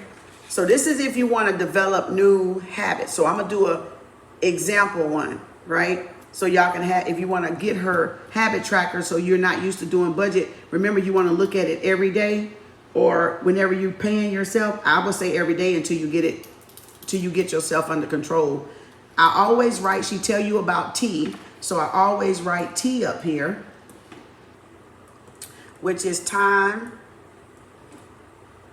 energy, ERGY. I spelled that wrong. Oh shit.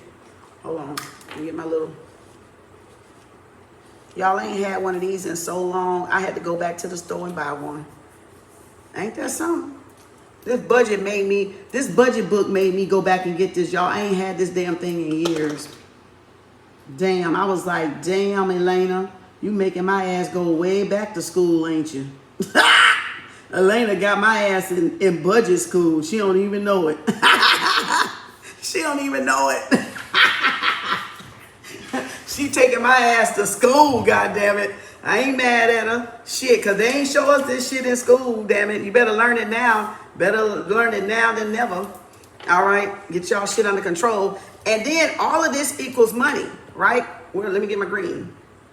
Oh, Lord. Hold on. Let me get my green. Like, look, I even got the color pens and everything, girl. Look here. Equals what? Money. Right? Let's put some dollar signs up there. Ching, ching, ching. Ching, ching, ching. Let's draw that bull on that bitch. Yeah, boy, because we got that Taurus in the house. Look at there. See? This is Elena. She'll say, schedule your time, energy, and attention, and she calls it T. And that's what's going to equate to your money, your currency, right? That's going to equate to your currency, right? Your time, energy, and money that's your spiritual currency and your physical currency. The dollar just represents our physical currency. The true currency is our energy, right? But all of this is centered around focus and attention, right? What we giving attention to grows. What we feeding our energy to, or our nature to, our physical to, is going to grow spiritually, and then pretty soon up spiritually is going to manifest into a dollar amount. It's going to manifest in the physical realm of abundance, all right, of prosperity and abundance. That's why it's so important I tell y'all to do the work. If you're not willing to do the work, you're not going to get the prize. You're not going to get the reward. You're not going to get the recognition. You're not going to get the achievements that you want to get of your efforts, because you're not putting in any efforts, all right? So then, okay, so say this is, now you can do 4 of these, but that's a lot. Oh, is that a lot? So I have them broken down. I tried playing with this too. I have like one for spiritual, one for business, one for self-love. And I was like, oh shit, that's too much. Let me not kill myself, okay? So then I had to bag back. I got so many of these motherfuckers, y'all. Literally been trying to tweak this bitch like, I don't know what. Look at all this. Just been playing with these motherfuckers, trying to figure out what the hell I want to put on them. I don't even fucking know. Like, Elena just made me go to homework. Like, I'm in detention right now. Because, look, I don't even fucking know what the fuck I'm doing with this shit. So, I'm like... So, Elena's tea time, the first thing you want to do with that... This is hers right here. This is me taking notes on her stuff. And so, the first thing you want to do is you want to organize... And you will see this on her little short. She is like making it hard on the girl for real. Like I'm in a university right now. I feel like I'm in Yale and Harvard with Elena. I'm just gonna call her the Harvard school, because I'm telling you, I'll be like, God damn, I got so much shit to put on this. I ain't got enough lines.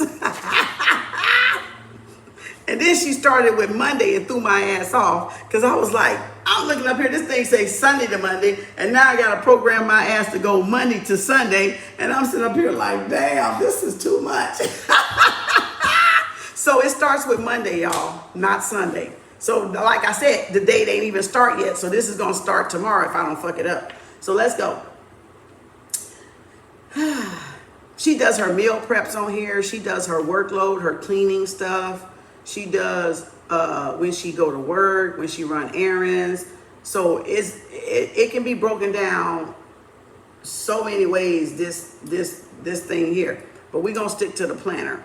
So let's just say if we want to get, this is going to be our money one. This is going to be our money one.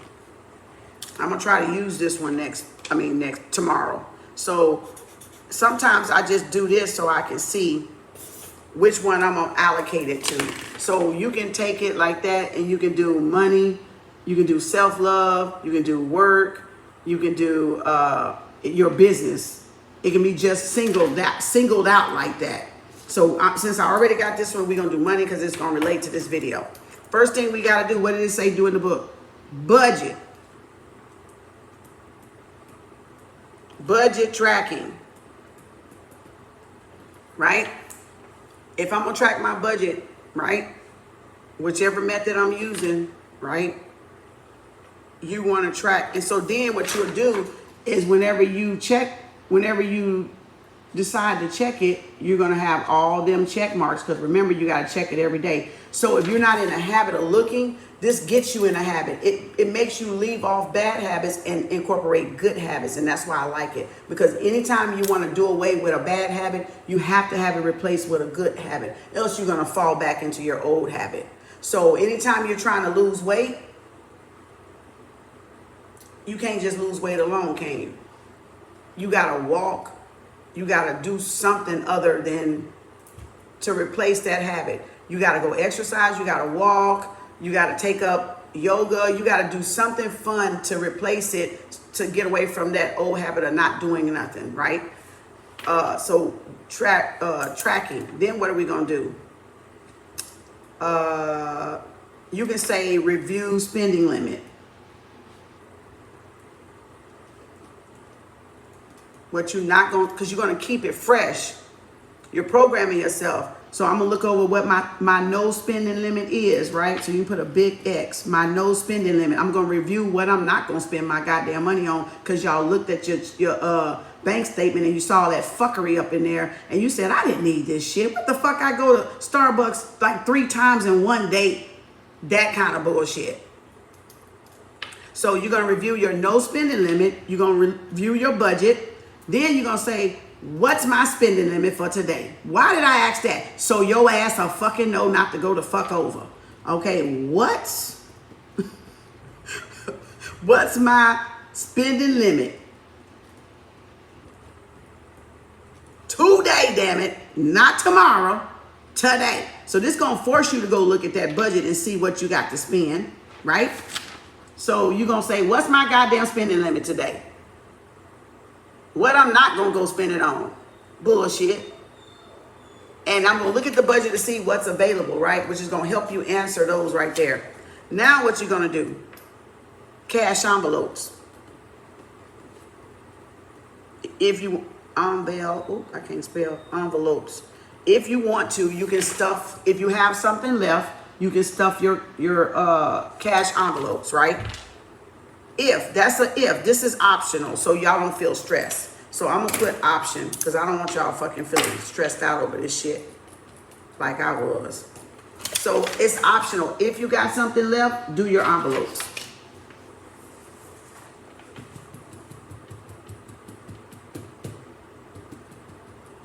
What else you going to do? You're going to check on, you're going to check your stocks, if you got stocks, like me, your stocks, your shares. You're going to check on your IRA, or put money in it. It says, right? And then put and add dollar signs, right? Because that's your retirement. That's your retirement. Remember, everybody should have long-term retirement.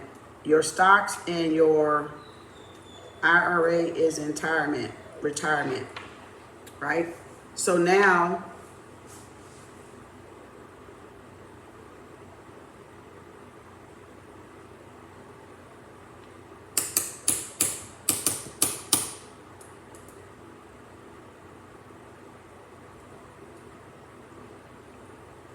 I'm trying to think what else you can put on there.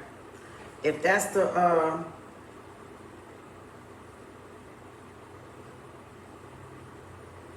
you got the no spending, so that's what you're going to cut off. That's what you're going to stop spending on.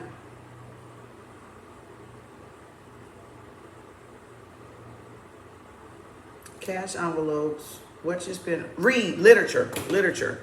You want to always read, right? So you're going to read a book or listen to an audio, and they're all over YouTube about what? Money. You're going to educate yourself. Literacy. money literacy and comprehension. Know how money works. You're gonna learn how money works. That's what the hell y'all gonna do. You're gonna learn how this goddamn money work.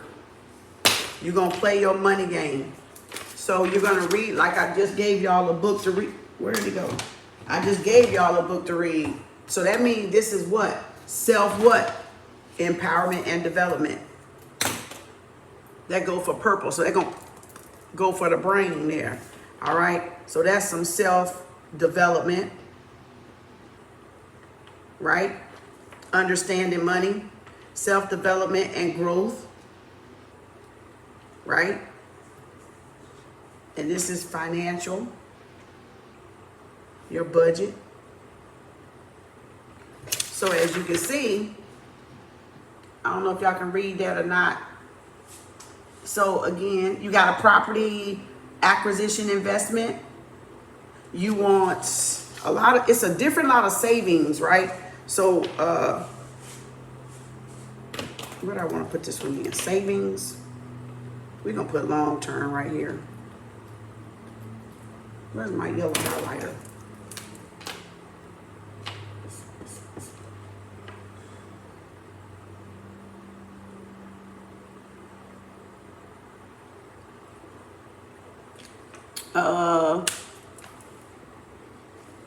Properties. Yeah, if you got properties, you can look up rural or suburb properties where it's cheap.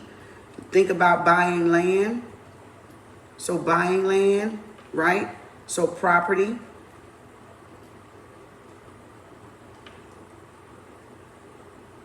Because that's money, right? That's wealth. That's long term.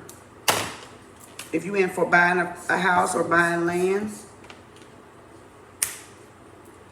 right? Y'all got it? And what are you going to do? You're going to, this, I should have put this up here first. You're going to eat before you shop. Because that's a big one with these emotional eaters. Because if you don't eat before you shop, you end up spending all your money. Right? And you're going to take cash and carry cash. So once your cash is gone, take your ass back home. That's a slogan right there. All right. Eat and carry cash. And once it's gone, that's a goal right there. Take your ass back home. And I'm literally writing it out.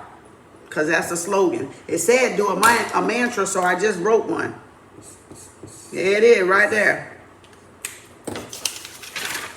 There it is, y'all. So that's how you would do Elena sheet, right? Something like that, or cater it to yourself, right? So that's how I would do it. So then if this is the, even though this ain't the 11th, but I'm gonna check it anyway.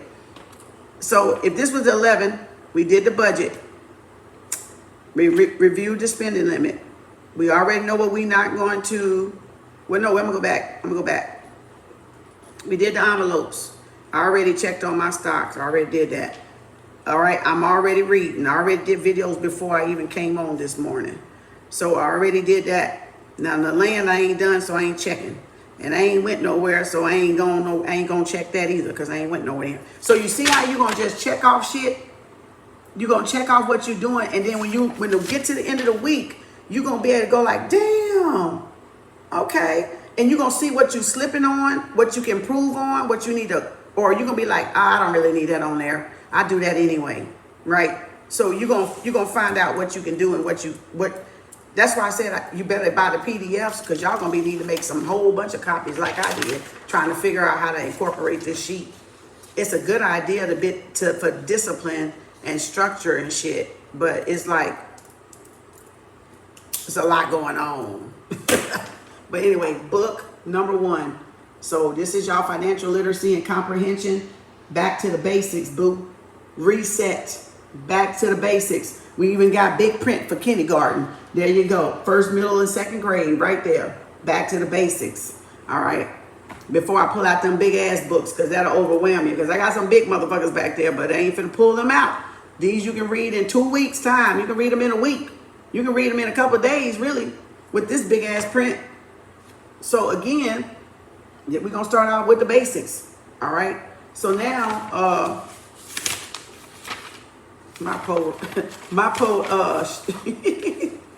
this is what I was gonna say.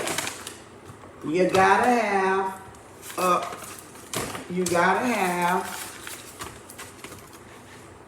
a no spending list. So again, take whichever one of these budget things fit you, which you can divide up, whichever one work for you. That's for mostly rich and wealthy people. If you can live off 20% of your income, do it. Congratulations. I ain't there yet. But that's the goal, damn it. That's the motherfucking goal, but I ain't there yet, damn it. But that's sure gonna be my goddamn goal. I love it. Okay, what was I gonna do? Oh, no spending. You need a no spending list. No spending, I'm gonna say list or a limit on what y'all gotta have. So you're gonna get together and you're gonna have a no spending limit or a limit amount, right? So either you're not going the fuck there or you're gonna give your ass a budget when your ass take your ass up in there. And don't ask me why I'm talking like this, because I'm talking to the hard-headeds, okay? They know who I'm fucking talking to. They know this shit ain't new, okay? So what that mean? Okay, so if you got like Sprouts, I'm not gonna not go to Sprouts. I'm sorry, I do holistic. Sprouts, Whole Food, right? Herbals. What is my limit on herbals? Because I'm not gonna fucking stop, because I got fucking shit. I got herbals. I gotta stay healthy, right? So that's my natural health care. That's my doctor, Mother Nature, Gaia. All right. So what I'm gonna get myself when I go in any one of these, what am I going? Hell no, I don't want to spend $150, girl. I've done it before. No, buying a lot of herbs for me, my mom, my mama, my brother. Hell no, girl, that's a lot. No, I'm gonna have to do them 1 week and do me 1 week. So I'm gonna say, if I went in there in a 2-week period, you want to spend $150 on herbs? I stay under $100, 85 to 100. That's a lot. If you're buying teas, that 100 is a 100. Let me tell you, $100 will get you probably 4 to 5 bags of herbs. See, that ain't a lot, because they either gonna come in a 4 ounce or 8 ounce. That's not gonna get you a lot. And I mix my own shit up, so it's not gonna get you a lot. But if I'm going into Sprouts and Whole Foods, my spending limit is going. So y'all, I hope y'all writing this shit down, because it's y'all time to do your homework. So if I go in Sprouts, I don't want to spend no more than $50. Whole Foods, $50. Herbals, $100. Because like I said, that ain't but 4 to 5, 4 ounces of separate herbs. That's not a lot. So if I did, so but that's not gonna be every time, because remember, once you buy it, it lasts you forever until you run out, like 3 to 6 months. I mean, 1 to 3 months. So this should last 1 to 3 months, right? So you should be spending this 1 to 3 months. If I went shopping,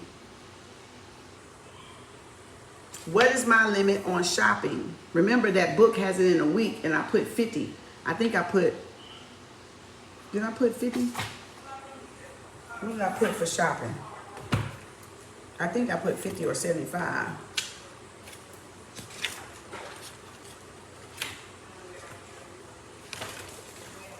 Where'd that paper go? Did I stick it in the wrong thing? I think I put 50. 50 a week. Yeah, let's do shopping, 50 a week.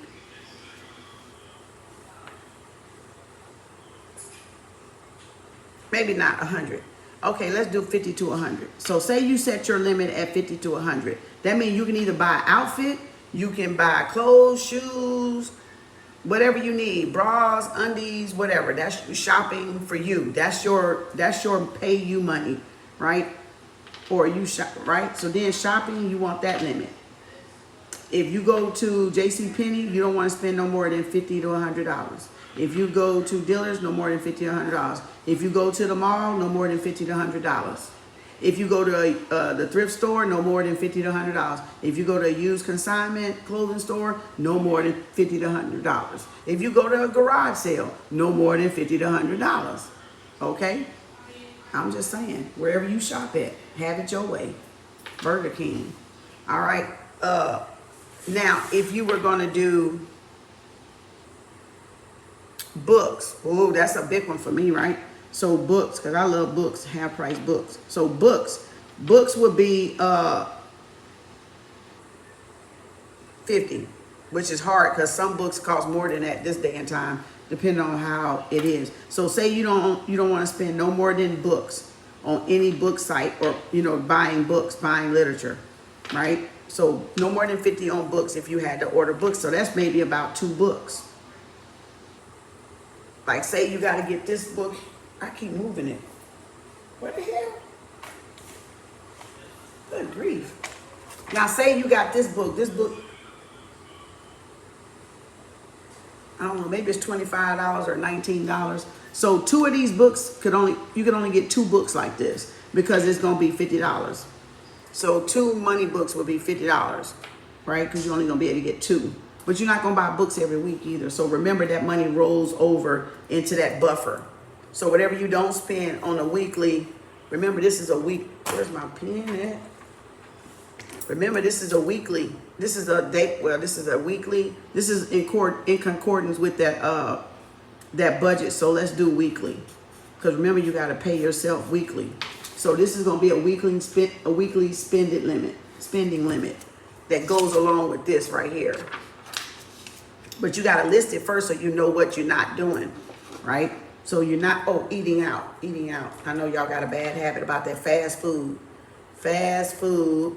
and then entertainment like concerts or I'm spelling that wrong.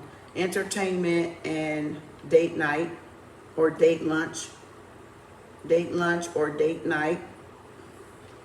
Fast food, none. But y'all could probably put y'all limit down there. Like y'all need to limit that down to $25 a week so y'all can cut back on it. I'ma just put it there, but it's none. Entertainment is like a concert or a concert. And that, what does a concert cost? 100, 150? 150 for a concert. Date night with yourself, date night or lunch night with yourself, we're gonna say 100. You can treat yourself there. All right. Others, like these could be for birthday gifts for people. You can do 75 to 100. Right? And again, that's going with that black planner. What else? Shopping is clothes, shoes, groceries. Because people get carried away in the grocery because they got it set up for you to market to you so you can spend more money. That's why you never go hungry. Eat a sandwich, a peanut butter and jelly, a banana, a cheese. Eat something before you go to that grocery store. Because if you don't, you finna buy shit you don't even need and ain't gonna use. So groceries, 85 a week. That's $350? 85 times 4, 340. So that's $340 a month though for groceries. So 85 a week. So, right? So y'all see how that, is this helping anybody out? Is this helping a little bit some, y'all? To give y'all like some idea how you can tweak stuff and give yourself a spending limit so you don't overspend whenever you go somewhere. And you carry that cash so you don't get carried away on that plastic. You know, this saying that says cash by Mr. C. I took a master class. Cash is king and credit is queen. Look that slogan up and see what that means. That rhyme. Damn. Damn it. Damn. What? That shit rhyme, y'all. Cat, look at Mr. C. Thanks, Mr. C. Thanks, my master class, my first money master class was Mr. C. So again, cash is king and credit is queen, baby. Y'all better learn these damn things. Y'all better learn these things. Y'all better learn these things. So when they talk about your kingdom and your queendom coming, they're talking about financial stability, financial literacy, not just about a man or a woman, but are you the queen and the king over your life, over your finances, over your love life, over every sector of your life, your friendships, your whatever you got, your hobbies, your work, your home, every aspect of your life, right? All the elements. So, right, and now we're in the pinnacle element. We're in the pinnacle element because pinnacle deal with value and money. So we're in the money house right now. So y'all are definitely tackling the money house right now. So y'all should really be proud of yourself and give yourself a pat on the back. If you learned something today, you know, if you learned something today or you learned some new idea or something you can get excited about and develop, this is growth and development. This is your self-love because you can't take care of yourself if you don't take care of your finances. So you got to learn. We got to learn because remember, all this shit that we learning they haven't been taught in school. They avoided that because they wanted us on the plantation. All right. Y'all got so lucky. Some of y'all got off the plantation and now you're learning still how to now come figure out this while you're off the plantation. You see what I'm saying? Because if you didn't go back and get a business degree or CPA or something like that, then this is like your nerves is bad because you're like, how am I going to learn that? I'm too old. You're never too old, y'all. You can learn and get a control of your finances now. Cash is king, credit is queen, Mr. C. All right. So that was the Mavet Mastermind class I took back in 2021. So I used to have this damn folder up here that I had, but I don't even have it no more. I mean, it's down in the back somewhere. But it used to be up here because I bring it back and refresh myself over every once in a while.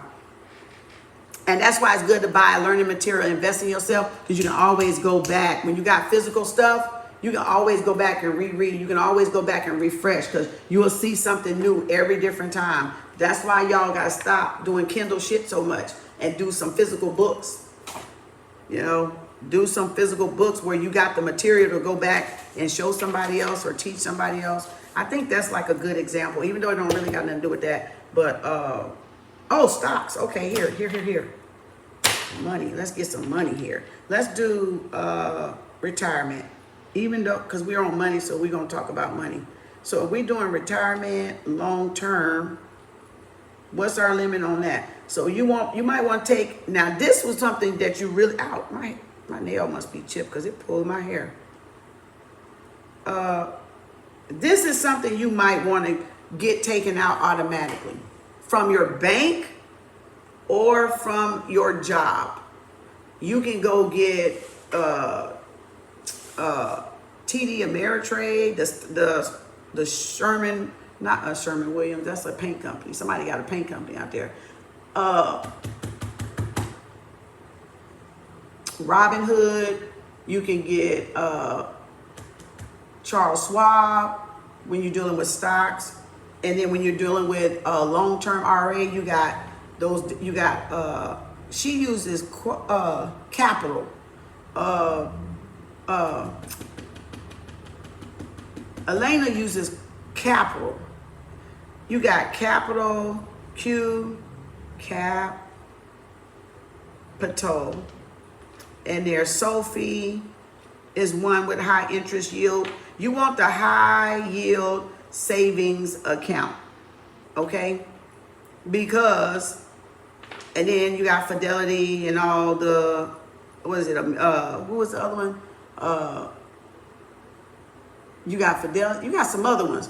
Look them up, but you want to go with one that has a high percentage. I think Capital got, I think in one of her videos it had 4 to 5%. Sophie has like 4%. You got to check with the rates because they may change. I think Sophie has around 4 to 6%. And Fidelity might have around, I think, I'm gonna just say 4 to 6%, I believe, if I'm not mistaken, the last time I checked. So she does Capital, and you got Sophie, and you got Fidelity, and you got a couple more. But what you want is a high yield savings account. And that just means and they maxing out now at, they said Capital went to 6,500. It's the most you can put in there. I think Fidelity at 7,500. Sophie, I forgot what it maxed out at. But they max out as to how much you can put in there, and then they'll meet it with that percentage, right? So then you would have to go and you would have to open up a whole nother one. So you can have as many of these motherfuckers as you need, because they only gonna let you max out at 6,500 or 7,500, but you can go get another Fidelity or another Sophie or another Capital, and you can do the same thing. And do the same thing, because they're not gonna let you just have unlimited. See, they stopping everybody from making money, because we were making money too fast because we caught on to what their ass was doing. And soon we catch on to what their ass do, they go and change the fucking laws and stop it. They change their regulations and stop it. So that's why you got to keep up with business and what they doing, because they don't want us to get ahead. They really don't want us to be rich. They don't want us to be well off. You know, I'm talking about the elite. I'm talking about the higher ups. They want to keep y'all in a slave system. So I forgot what Sophie was. You can look up. I think it's probably the same, maybe 4 to 6, maybe 7. I don't know. Maybe that's 75. I got to check. Don't quote me on it. So you can open up more than one when your money max out. You just don't want it in a bank, because if you just put your money in the bank, you only getting this every year. You're getting this every year versus the 4 to 6% on whatever you got in there, which could be that 7,500 or 6,000. So if you got 6,000 in one of these accounts, it's gonna be times that percentage. But look at there, you can have it in the bank and your ass getting 0.1. Like, what the fuck you gonna do? Give me $1 for? See what I'm saying? So that's why they say it's not good to have your money just sitting in the bank in a checking account or savings account. You have to move it to a retirement. You have to, because your money will be making money while you sleeping. Literally, it'll be making money. So it'll be an asset, because it'll double. So that 75 or that 65 becomes 13,000, becomes 15,000 versus the 7 you put in it, because it done shoop, shoop, shoop, shoop, shoop, shoop, shoop. Diversify. Yes, this is for educational purposes only. I am not a lender. Okay, my daughter got the degree, I don't. Okay, this is what I do. Okay, so again, this is like me teaching myself. So I teach myself financial literacy, and I teach myself the stuff we didn't learn in school. So I go back and get it, right? And apply it today. And just by being business owner, that's why I have to do it, because I'm a business owner. So I have to learn ways to invest my money that's going to be beneficial to my business and beneficial to me in the long run. So I can't operate like I'm on a 9 to 5. So I have to operate like I'm in a business, because I got a business, and this is business.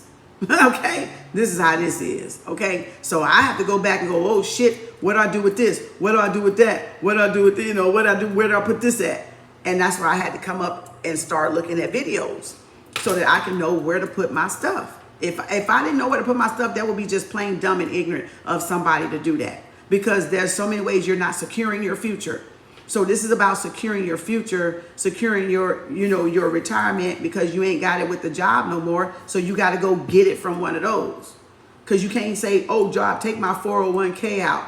No, you got to go get your Roth IRA yourself. You got to go get your self-employment insurance yourself, because you ain't even got fucking insurance. And then you got to pay taxes. So now you got your motherfucking taxes that you got to worry about. So again, make a trust and make a beneficiary of the trust you. Yeah, there's a whole lot of stuff you can learn. Exactly. It said, yep, and insurance policies. Yep, you got to look at insurance policies, health policies. You got to look into all that when you're a business owner, because you're out there paying for everything. That's why it's so easy to have a 9 to 5, y'all, Because people don't realize how easy it is to have a 9 to 5 because the corporations are doing this shit for you. But when you have a business yourself and you gotta fucking do this shit yourself, it's sink or fucking swim, bitch. Okay? It's sink or fucking swim. The shit ain't that easy. Now you see why a lot of people don't want to come off the plantation, because you got so much more responsibilities of being a business owner. They think that being a business owner is fucking easy. No, being on that 9 to 5 is easy. This shit ain't nowhere near goddamn easy. Especially when somebody ain't got a goddamn degree like me. I don't have a goddamn CPA degree. Thankfully, my daughter do, you know, but I don't. I mean, she don't got CPA. She got business, marketing and business. But I don't. But she know what the fuck to do, but I don't. I have to read because I'm self-taught. I'm self-learned. I know where to get the information. Ain't nothing I can't get hold to. That's why I say y'all got to start learning and reading yourself. If you want to do better, your ass to do better.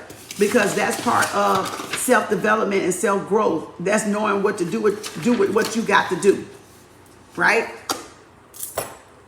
You said, I just beat cancer and my job was taken over and now I am no longer eligible for insurance. Damn. Take advantage of it now while you're healthy. Oh, because you saying now they dropped it because you had that cancer diagnosed. What? Wow. That is fucking cold. That's fucking cold. Yeah, see, even y'all gonna be fucked up when y'all, damn, that is fucking cold when you own the same fucking job. That, hell to the no. Hell to the no. What? You don't have it anymore? Y'all see that? Y'all get one, that's some wicked ass savagery. Y'all get one diagnosis that go against that company getting some money out of their ass, and look what happened. Is that Pocahontas? Yeah, look what happened to Pocahontas. See what I'm saying? Y'all better get some extra money coming in that motherfucking house besides that 8 and 9 to 5. That is some bestiality, cruel, barbaric shit right there. Wow. See? Get the life insurance now. Yeah, get the life insurance now while you can. The life insurance, the health insurance, the dental insurance, and then like you said, the trust, the beneficiaries and stuff. Especially, you know, get that shit set up now. Especially if you have a plan to buy land or buy what's that? Lacka was saying, if you buy property or you got property or you plan on buying property, get some of that stuff taken care of now so it can already be set up. Get some of it now.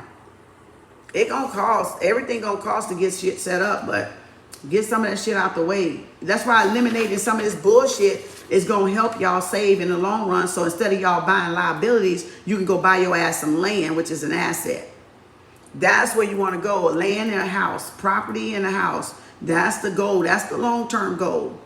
Whether you live in it or not, you can rent it out and make some money. You see what I'm saying? No need to get a large policy. The insurance companies don't want to do that either. Damn. Yeah, they barely just getting enough, really, right? They barely letting you get enough. Because so many people living off them interests and stuff of the money. They already, that's what I'm saying. They changing the laws because everybody caught on. Everybody talking about it on TikTok and talking about how you can get insurance and live off this. We done caught on. They don't want to. Now they changing it. That's what I was talking about. That's what this money game is wicked. Y'all better start getting some royalties and get all people pages trolling and start getting you some goddamn YouTube videos out there. It don't care if you up there bitch paint your motherfucking nails, y'all. Come paint your nails with me, girl. Here, I do nails. Let me show y'all how to put these nails on. Y'all can do a video off of that. You can do a channel off doing hair. Literally.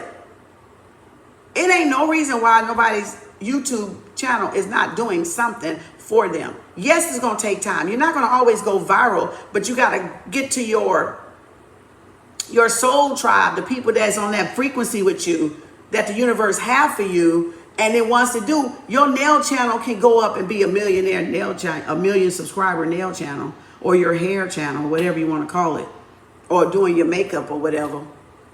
Putting on your makeup, and since y'all like to wear makeup, who know how to put on makeup real good? Get on that motherfucker and put some makeup on. shit. Get off of my shit trolling, damn it. Do something with your life. Okay, god damn. Like, you see the fuckery that people, and it's like you said, Pocahontas, when they get caught and stuck, they're gonna be looking stupid. Because they gonna been on wasted fucking time instead of doing the fucking work and taking fucking action. Where's my damn thing at that I love to say over here? I thought I brought it up here. Where's it go? Oh shit. What did I do with it? Dang. It's in here somewhere. Hold on, y'all. Hold on, damn it. I just brought that damn thing up here. I got too many posters up here. I gotta clean this shit off again. See, that's all my mini notes. All my, look at it. Now I'm gonna fall on the floor. Hold on, wait a minute. Oh, wait a minute. Wait. Is it in this book?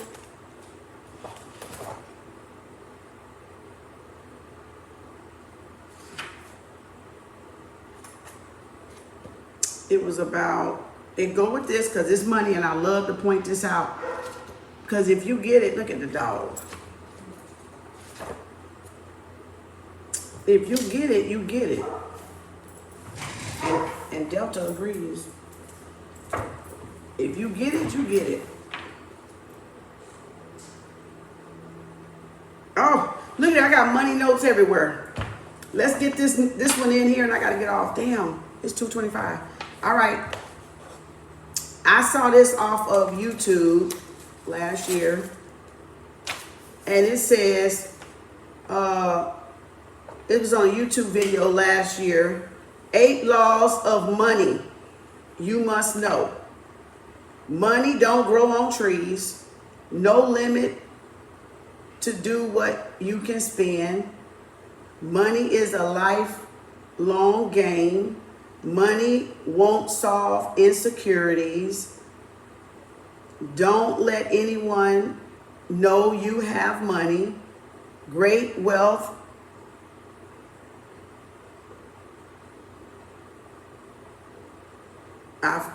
great wealth transfer happens in crisis.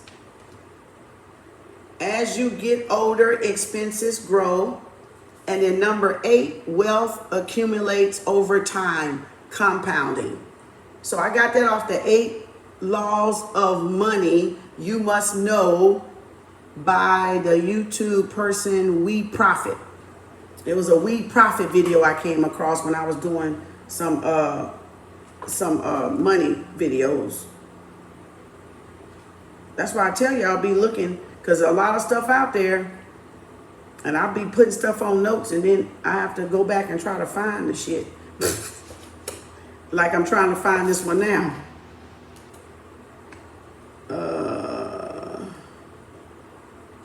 Where is it at? It's in here somewhere. I thought I could have sworn I brought that dang old thing up here.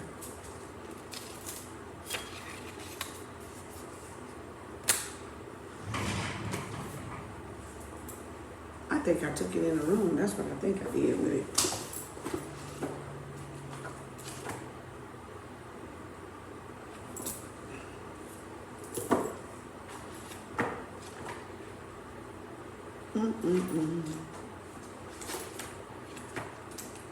Maybe in my, oh, here it is. I got one of them. I got it in different ones, so that way I can always find it. Write this one down too. Making money is an action. Keeping money is behavior. Growing money is knowledge. I got that off of YouTube too, early part of last year. Making money is action. Keeping money is behavior. Growing money is knowledge. I'm going to say it one more time. Making money is action. Keeping money is behavior. Growing money is knowledge. All right. I forgot who said that one. And then money is a game. Money is a tool. Money is a game. Learn how to play your game. Learn how to play your game of money for you. Because everybody has a game of money. We all came here with a Shit, I almost fell. We all came here with the money game. A game to money, to get the money, called life. So learn how to play your money game. All right?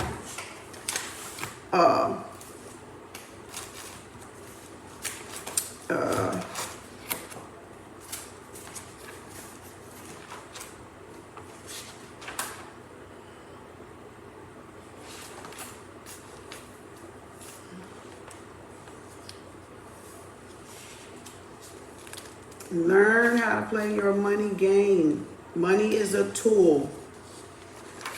It's not how much you make. It's what you do with it that matters. That's what the wealthy say. It was on a video I saw like 2 years ago. It's not what you make, what you earn. It's what you do with your money that matters. I can't find the other one. So...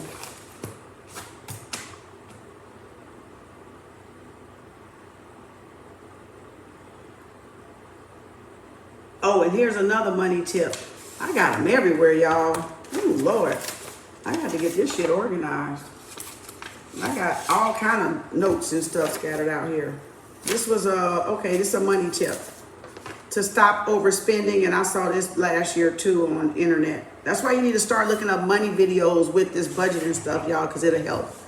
Okay, to stop overspending is and I forgot who this one is because I just got the tips, but I didn't even write where I got it from, but I believe it was off of YouTube. Yeah, it was off of YouTube. It says, okay, so stop the 10 tips to stop overspending out of habit. That's why that habit tracker will be good, right? Let me move this out. Because we spend out of habit. We've already got accustomed to a habit. That's why this spending limit for every store that you go to, you need a spending limit for what you get. But once you delete what you're not going to be buying anymore, the fuckery, you're not going to have it on the list. You're just going to have the things that you do need that are part of your life. And then you're going to put a spending limit with it. So you don't go in the store and overspend. All right? Because I'm not going to stop Whole Foods because they got fresh vegetables and sprouts and stuff, and I'm not gonna stop getting my herbs. So I gotta get a limit when I go in there, because if I get food and herbs, I'm gonna be over. So you're gonna have to do one week, one the next week, however you gotta divide it up, or find a cheaper herbal store or something, right? So the 10 tips to stop overspending is out of habit. So first you gotta eliminate that. That takes discipline, right? Then you got to go out of boredom, because we shop and spend out of boredom. So number 2 is out of boredom. Number 3 is retail therapy. We do it to make ourselves feel good. Even though we don't need it, we buying curling irons, we buying coffee pots, we buying juicers, we buying shit we don't need. It's just retail therapy, right? That's buyer's remorse. It's called buyer's remorse. And then another one to stop over, and we got to recognize these patterns. So these are patterns that you need to recognize in yourself so you can stop your habit, whatever your habit is. Shit, I can't read this one.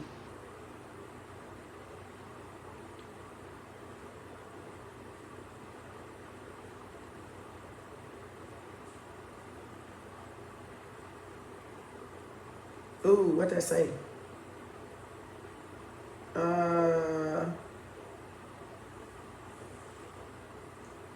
Shit.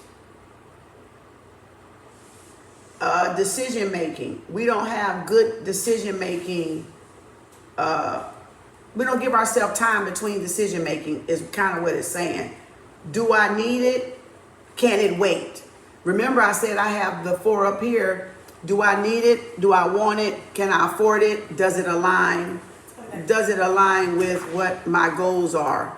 My financial goals, my weight goals, my business goals, my self-care goals, whatever goals it's going to align with. So that's number 4. We don't incorporate that decision-making time. We don't ask ourselves, do I really need this right now? Is this retail therapy for me, or I'm avoiding some type of emotion that I don't want to sit with? Well, sit with it. Okay. Okay, number 5 is pay with cash. See, and that's what we're doing with, it says not cards, pay with cash. So again, number 5 would be pay with cash, not cards. That's what the cash binders are for. And then it says create a budget and stick to it. Well, I just showed y'all a little bit how to get started on your budget by that example I gave. And then number 7, say no to debt. Don't get yourself in any more debt. Don't go apply for another card and you're trying to get some paid off. Get those paid off and use those. You don't need more cards. You need to decrease that debt. Don't get more in debt, right, with those credit cards. And then number 8 is leverage saying not easy something. Shit. I wrote this shit sloppy. Leverage saying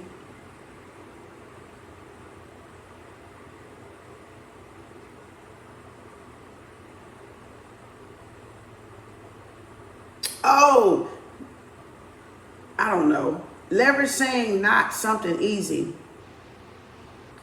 Acute. I think it wants you to close down browsers or stuff. Something that don't make it easy for you to get to see stuff. You know, swipe off those browsers. Don't pull stuff up and leave it up. But number 9 says not allow debit to autofill the browser. You know how we say save for this Etsy? Don't do that. It's saying don't do those autofills where you saving your card on there because it makes you have to stop, go get it, dig it out, put it in. By that time you're thinking, shit, do I need this? Or damn, I don't want to go get my wallet. So, but if you do autofill, you buy on demand. You buy just out of boredom or retail therapy. So don't keep the card on autofill. Like, don't make them save it. Make yourself have to put it in, all the numbers included, right? So that was number 9. I can't really think what number 8 is because I can't read this damn writing of mine. I was trying to rush and not keep going back because they be talking fast and I'm like trying to keep up. I can't think. I can kind of, shit, I don't know. Something browser.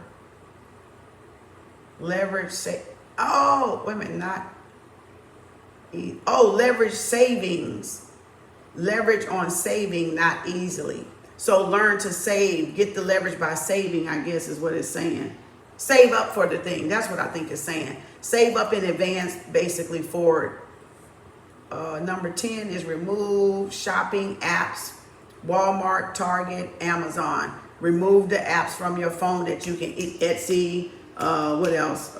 Temu and Shein and Fashion Nova. Remove all those apps. If they got apps, remove them from your phone because then you don't be apt to go in there and buy. Right? And then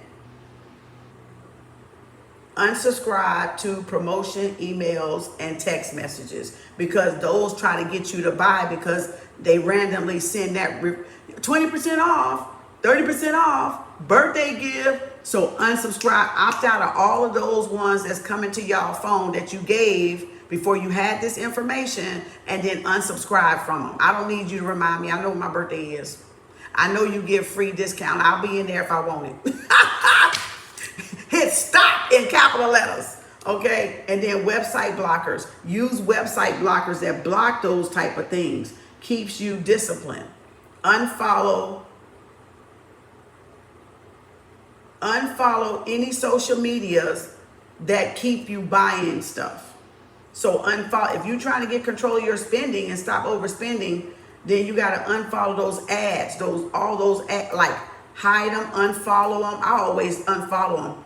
I delete them or unfollow them. I hide them bitches quick because that's how them sponsor ads that pop up in between. They always trying to get you to buy something. Always trying to see that everybody always trying to get you to buy something.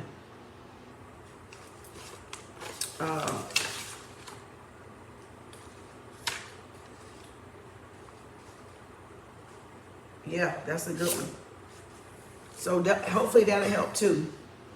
Kind of get y'all like, yeah, okay, I do that. You got to be honest with yourself when you're dealing with money. That's one thing I noticed. You can't lie to yourself. If you're doing something out of emotional eating, boredom, or retail therapy, to stop, that was burp. It was trying to come up. To stop you from facing whatever that emotion is, you got to be honest with yourself if you want to correct any type of spending habits that you got. You got to be real with it. Because you can't lie to money. You can't lie to money. You lie to money like you lying to the universe, and the universe already know your ass don't got it. So you can't lie. You can't lie to the universe. You got to tell the truth. That's why it says fake up there.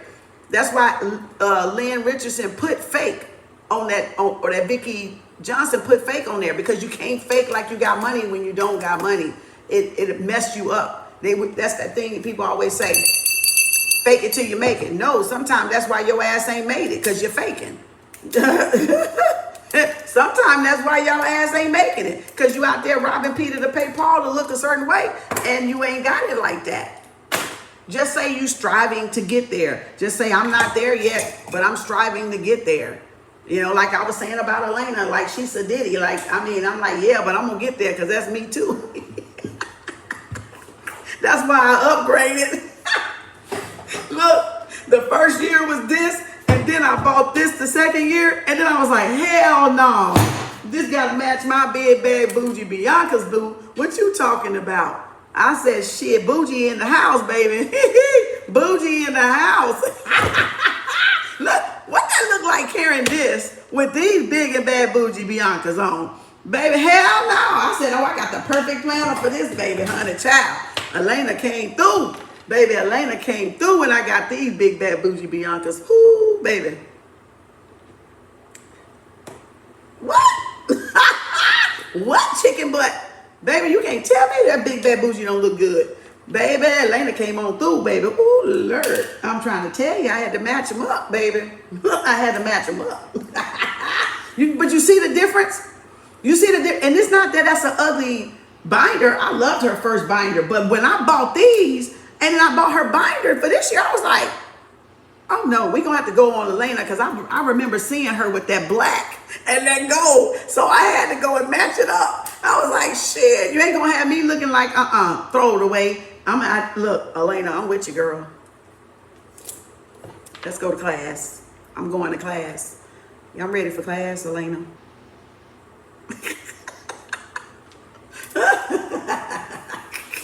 I'm ready now. I'm matching. That's like matching your sheets with your comforter, baby. Or that's like matching your comforter, but then you have one set of sheet on, but your comforter and your pillows don't match. It's like,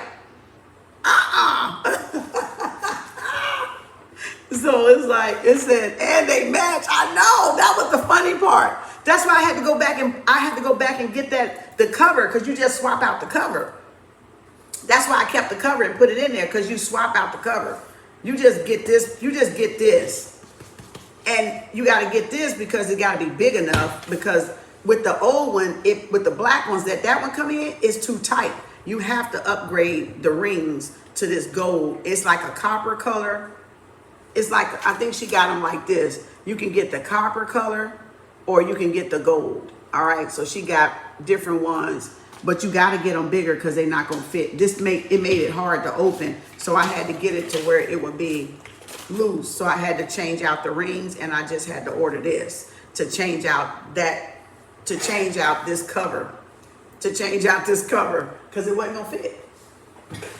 But I love it. I think this is a sleek, feminine, busy, classy business type of shit, a CEO type of shit for a CEO. You know what I'm saying? For a CEO, this is perfect. For a business owner. I'm just saying. And then you might want to get a piggy bank. You might want to get a piggy bank for your change. And then when you fill up your piggy bank, because Elena does that too, you get a piggy bank, and then you put all your change, instead of leaving it in your purse, you put it in the piggy bank. And when you go into the bank to make y'all deposit, you take the piggy bank change and turn it in to them too. And that way your change ain't being thrown around and at the bottom of your purse jiggling and shit like that, piling up and stuff, making it heavy. So you gotta find your little piggy bank. It can be one that you don't bust. It can be one that you do pull the thing out under it and just put that loose change in there. And then as it fill up, take it and then do away with that to the bank, because that's extra money. That's all your extra money. All right. But again, I'm not, this is educational purposes only. I'm not a financial advisor. Do your stocks and stuff at your own risk, because I'm self-taught, and all of this is me self-taught, because I've just been doing homework and doing different master classes for so long. And so, because what good is affirmations if y'all not going to heal the behavior? That's why I said money is a what? Behavior. Making money is a behavior. Keeping money is a what? What did it say?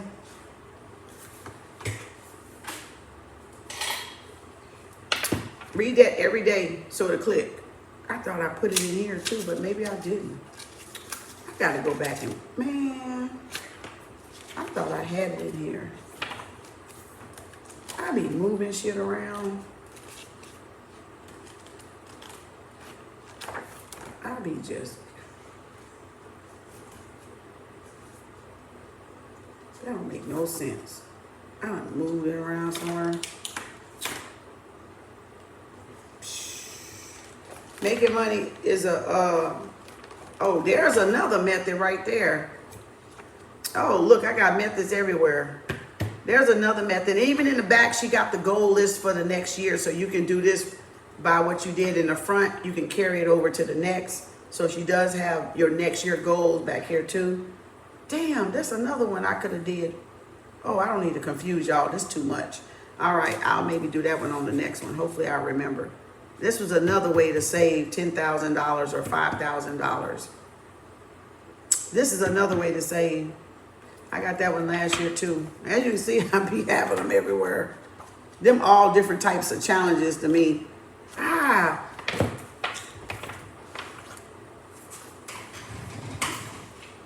cannot believe I did not keep that thing up here. I went and took that damn thing right back there in the back. Knowing I love to look at that. I don't know what the hell I thought I was thinking. Yeah.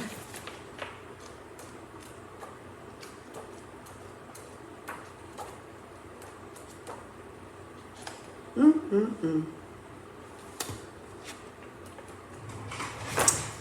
gonna have to write those.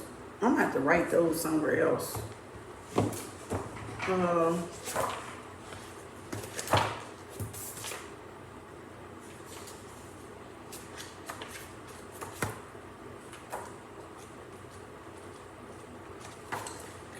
now.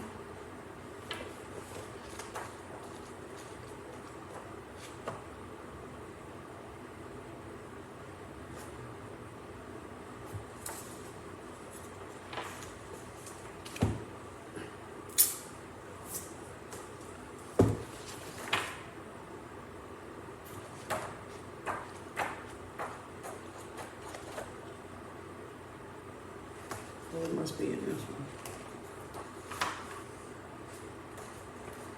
I'm gonna read it one more time. So when I find it. Yeah. I just had it.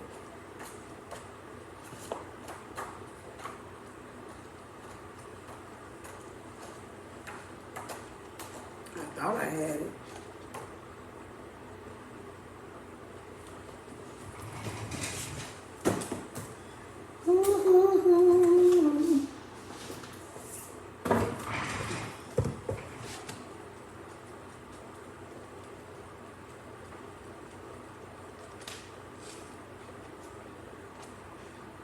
I don't know where it's at. I just lost it. I just had it and just lost it. It's in here somewhere.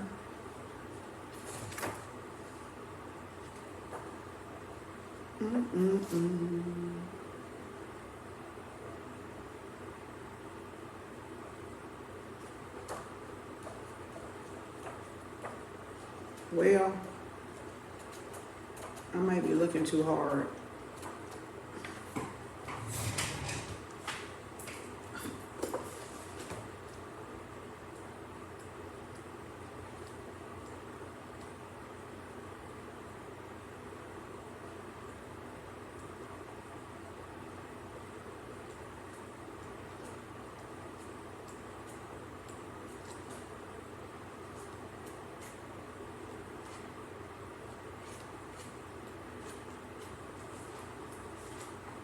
Oh, here, I think, no.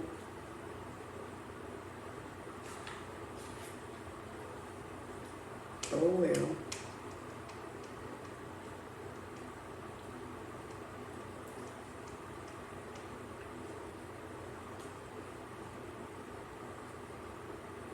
How did that thing get away from me that quick? Y'all have to play it back to hear it again. I was trying to say it one more time. For y'all. And now I can't find it. Now I can't find it.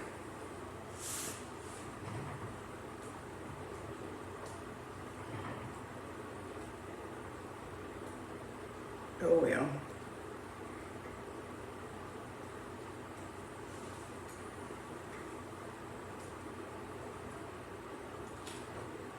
Oh well.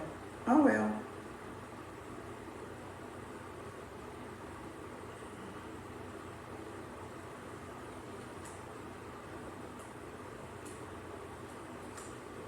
Anywho, I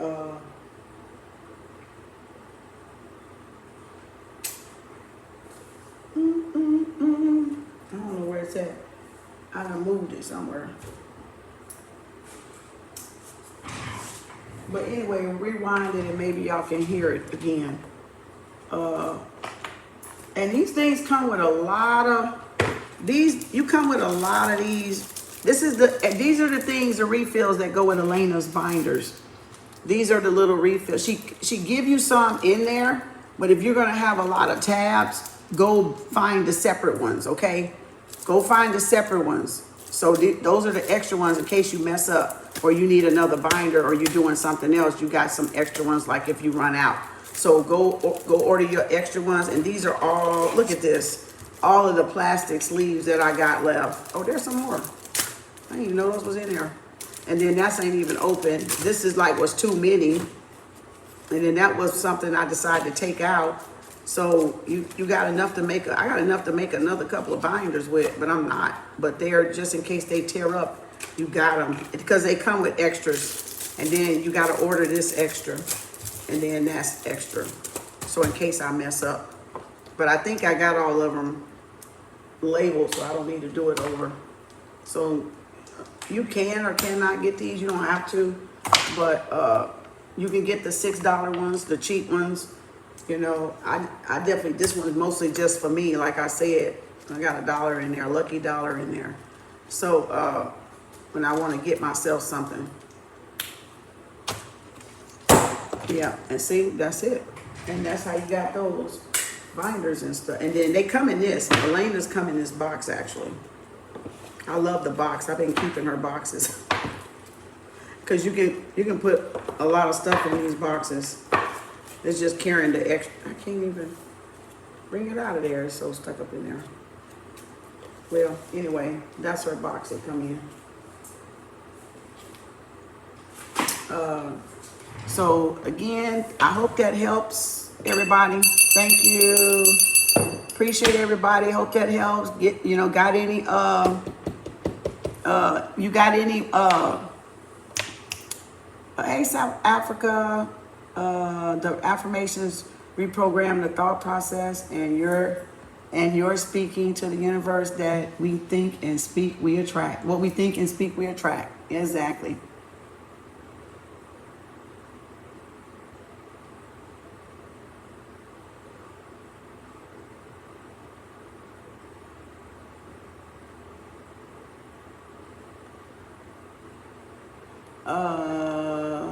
It's Tom, T-O-M. It's a planner. It's a planner. It's a planner. It's T-O-M.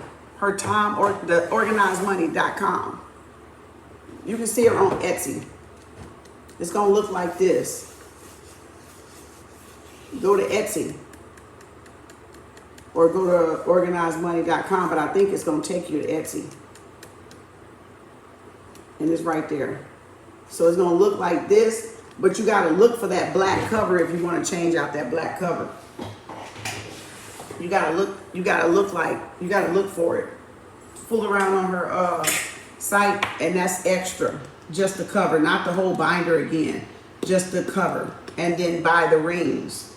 All right, and then she got the little ones, but budget. What's her name? What did I say her name was? The pink one. The pink one comes from. Wait a minute. Where's the pink? Not the pink one. The cash one. The challenge one comes from Jordan Budgets. Jordan Budgets.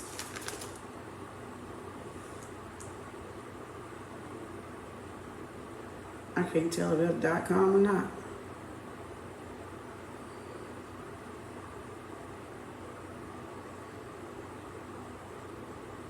Yeah, just this part right here, Jordan Budgets. That she has a saving challenge, but she has the pink one.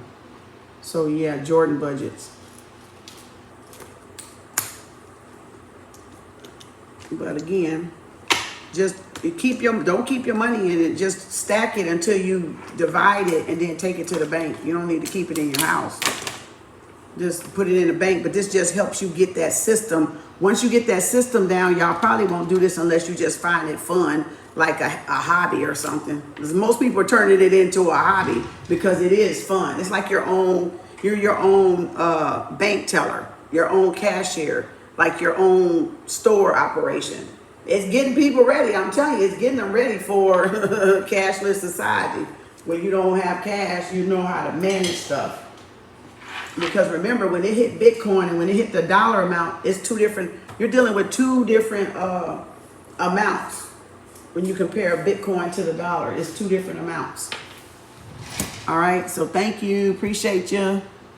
Yeah, Jordan Budgets is the pink one. Yeah, this is so good. Thank you. You're welcome. Glad y'all like. Don't worry about the trolls, y'all. They just gonna be trolls. That's why they over here, because they trolling. They ain't got shit to do. They see that's that boredom. They ain't got nothing to do. Y'all take what resonates for you and leave the rest and critique it to you.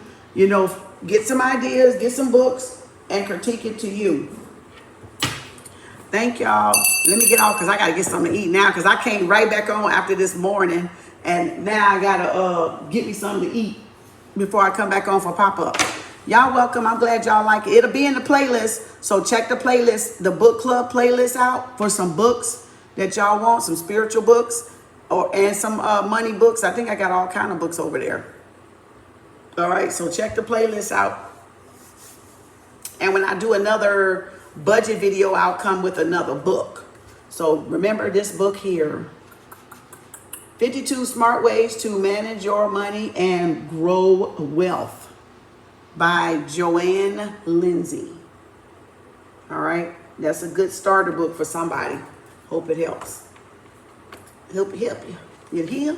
I hope it help you now. You hear? You know, and then we'll work on doing a month ahead or 3 months ahead or 4 months ahead or 6 months ahead, you know, because you can use one of those binders for that and you can just take your time.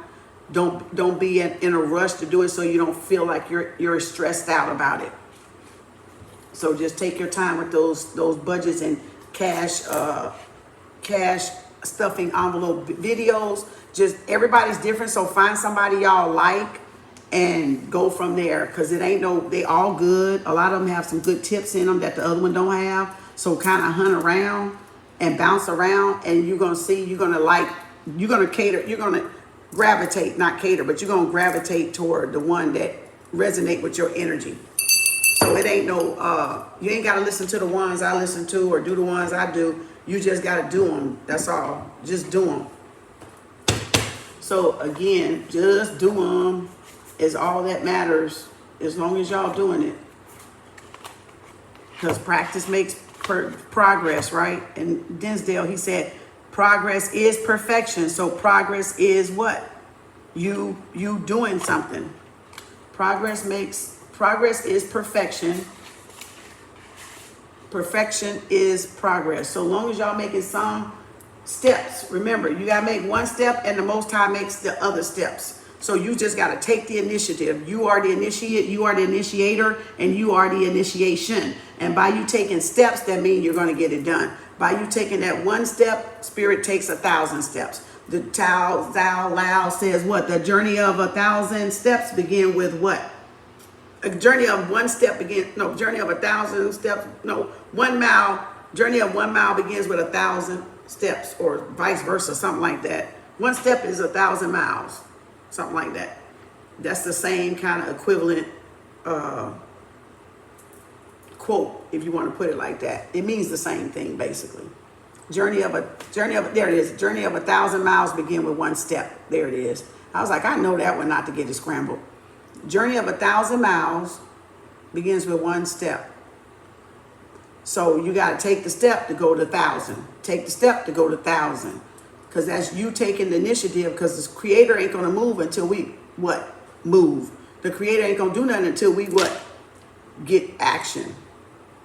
Get into action. Get into gear. Get something started. Okay, that's what it's about, getting something started, and then you will finish it up as you grow and develop and learn. Bump your head, fall down, get back up, swear a little, you're gonna fall down and get back up. It's almost like crawling or walking or like riding a bike. You fall, you got to get back up. That's what that's like, so to speak. Thank y'all. See y'all later. Appreciate y'all. Thank y'all, moderators. Thank you for the members, whoever came. I think somebody came in there. I thought I saw a membership. Hey, Camilla, thank you for the member perks. Thank you, member. Congratulations on the member. Yay. So hopefully that helps. Replay it, y'all. It'll be in the playlist. See y'all in a little bit for pop-up.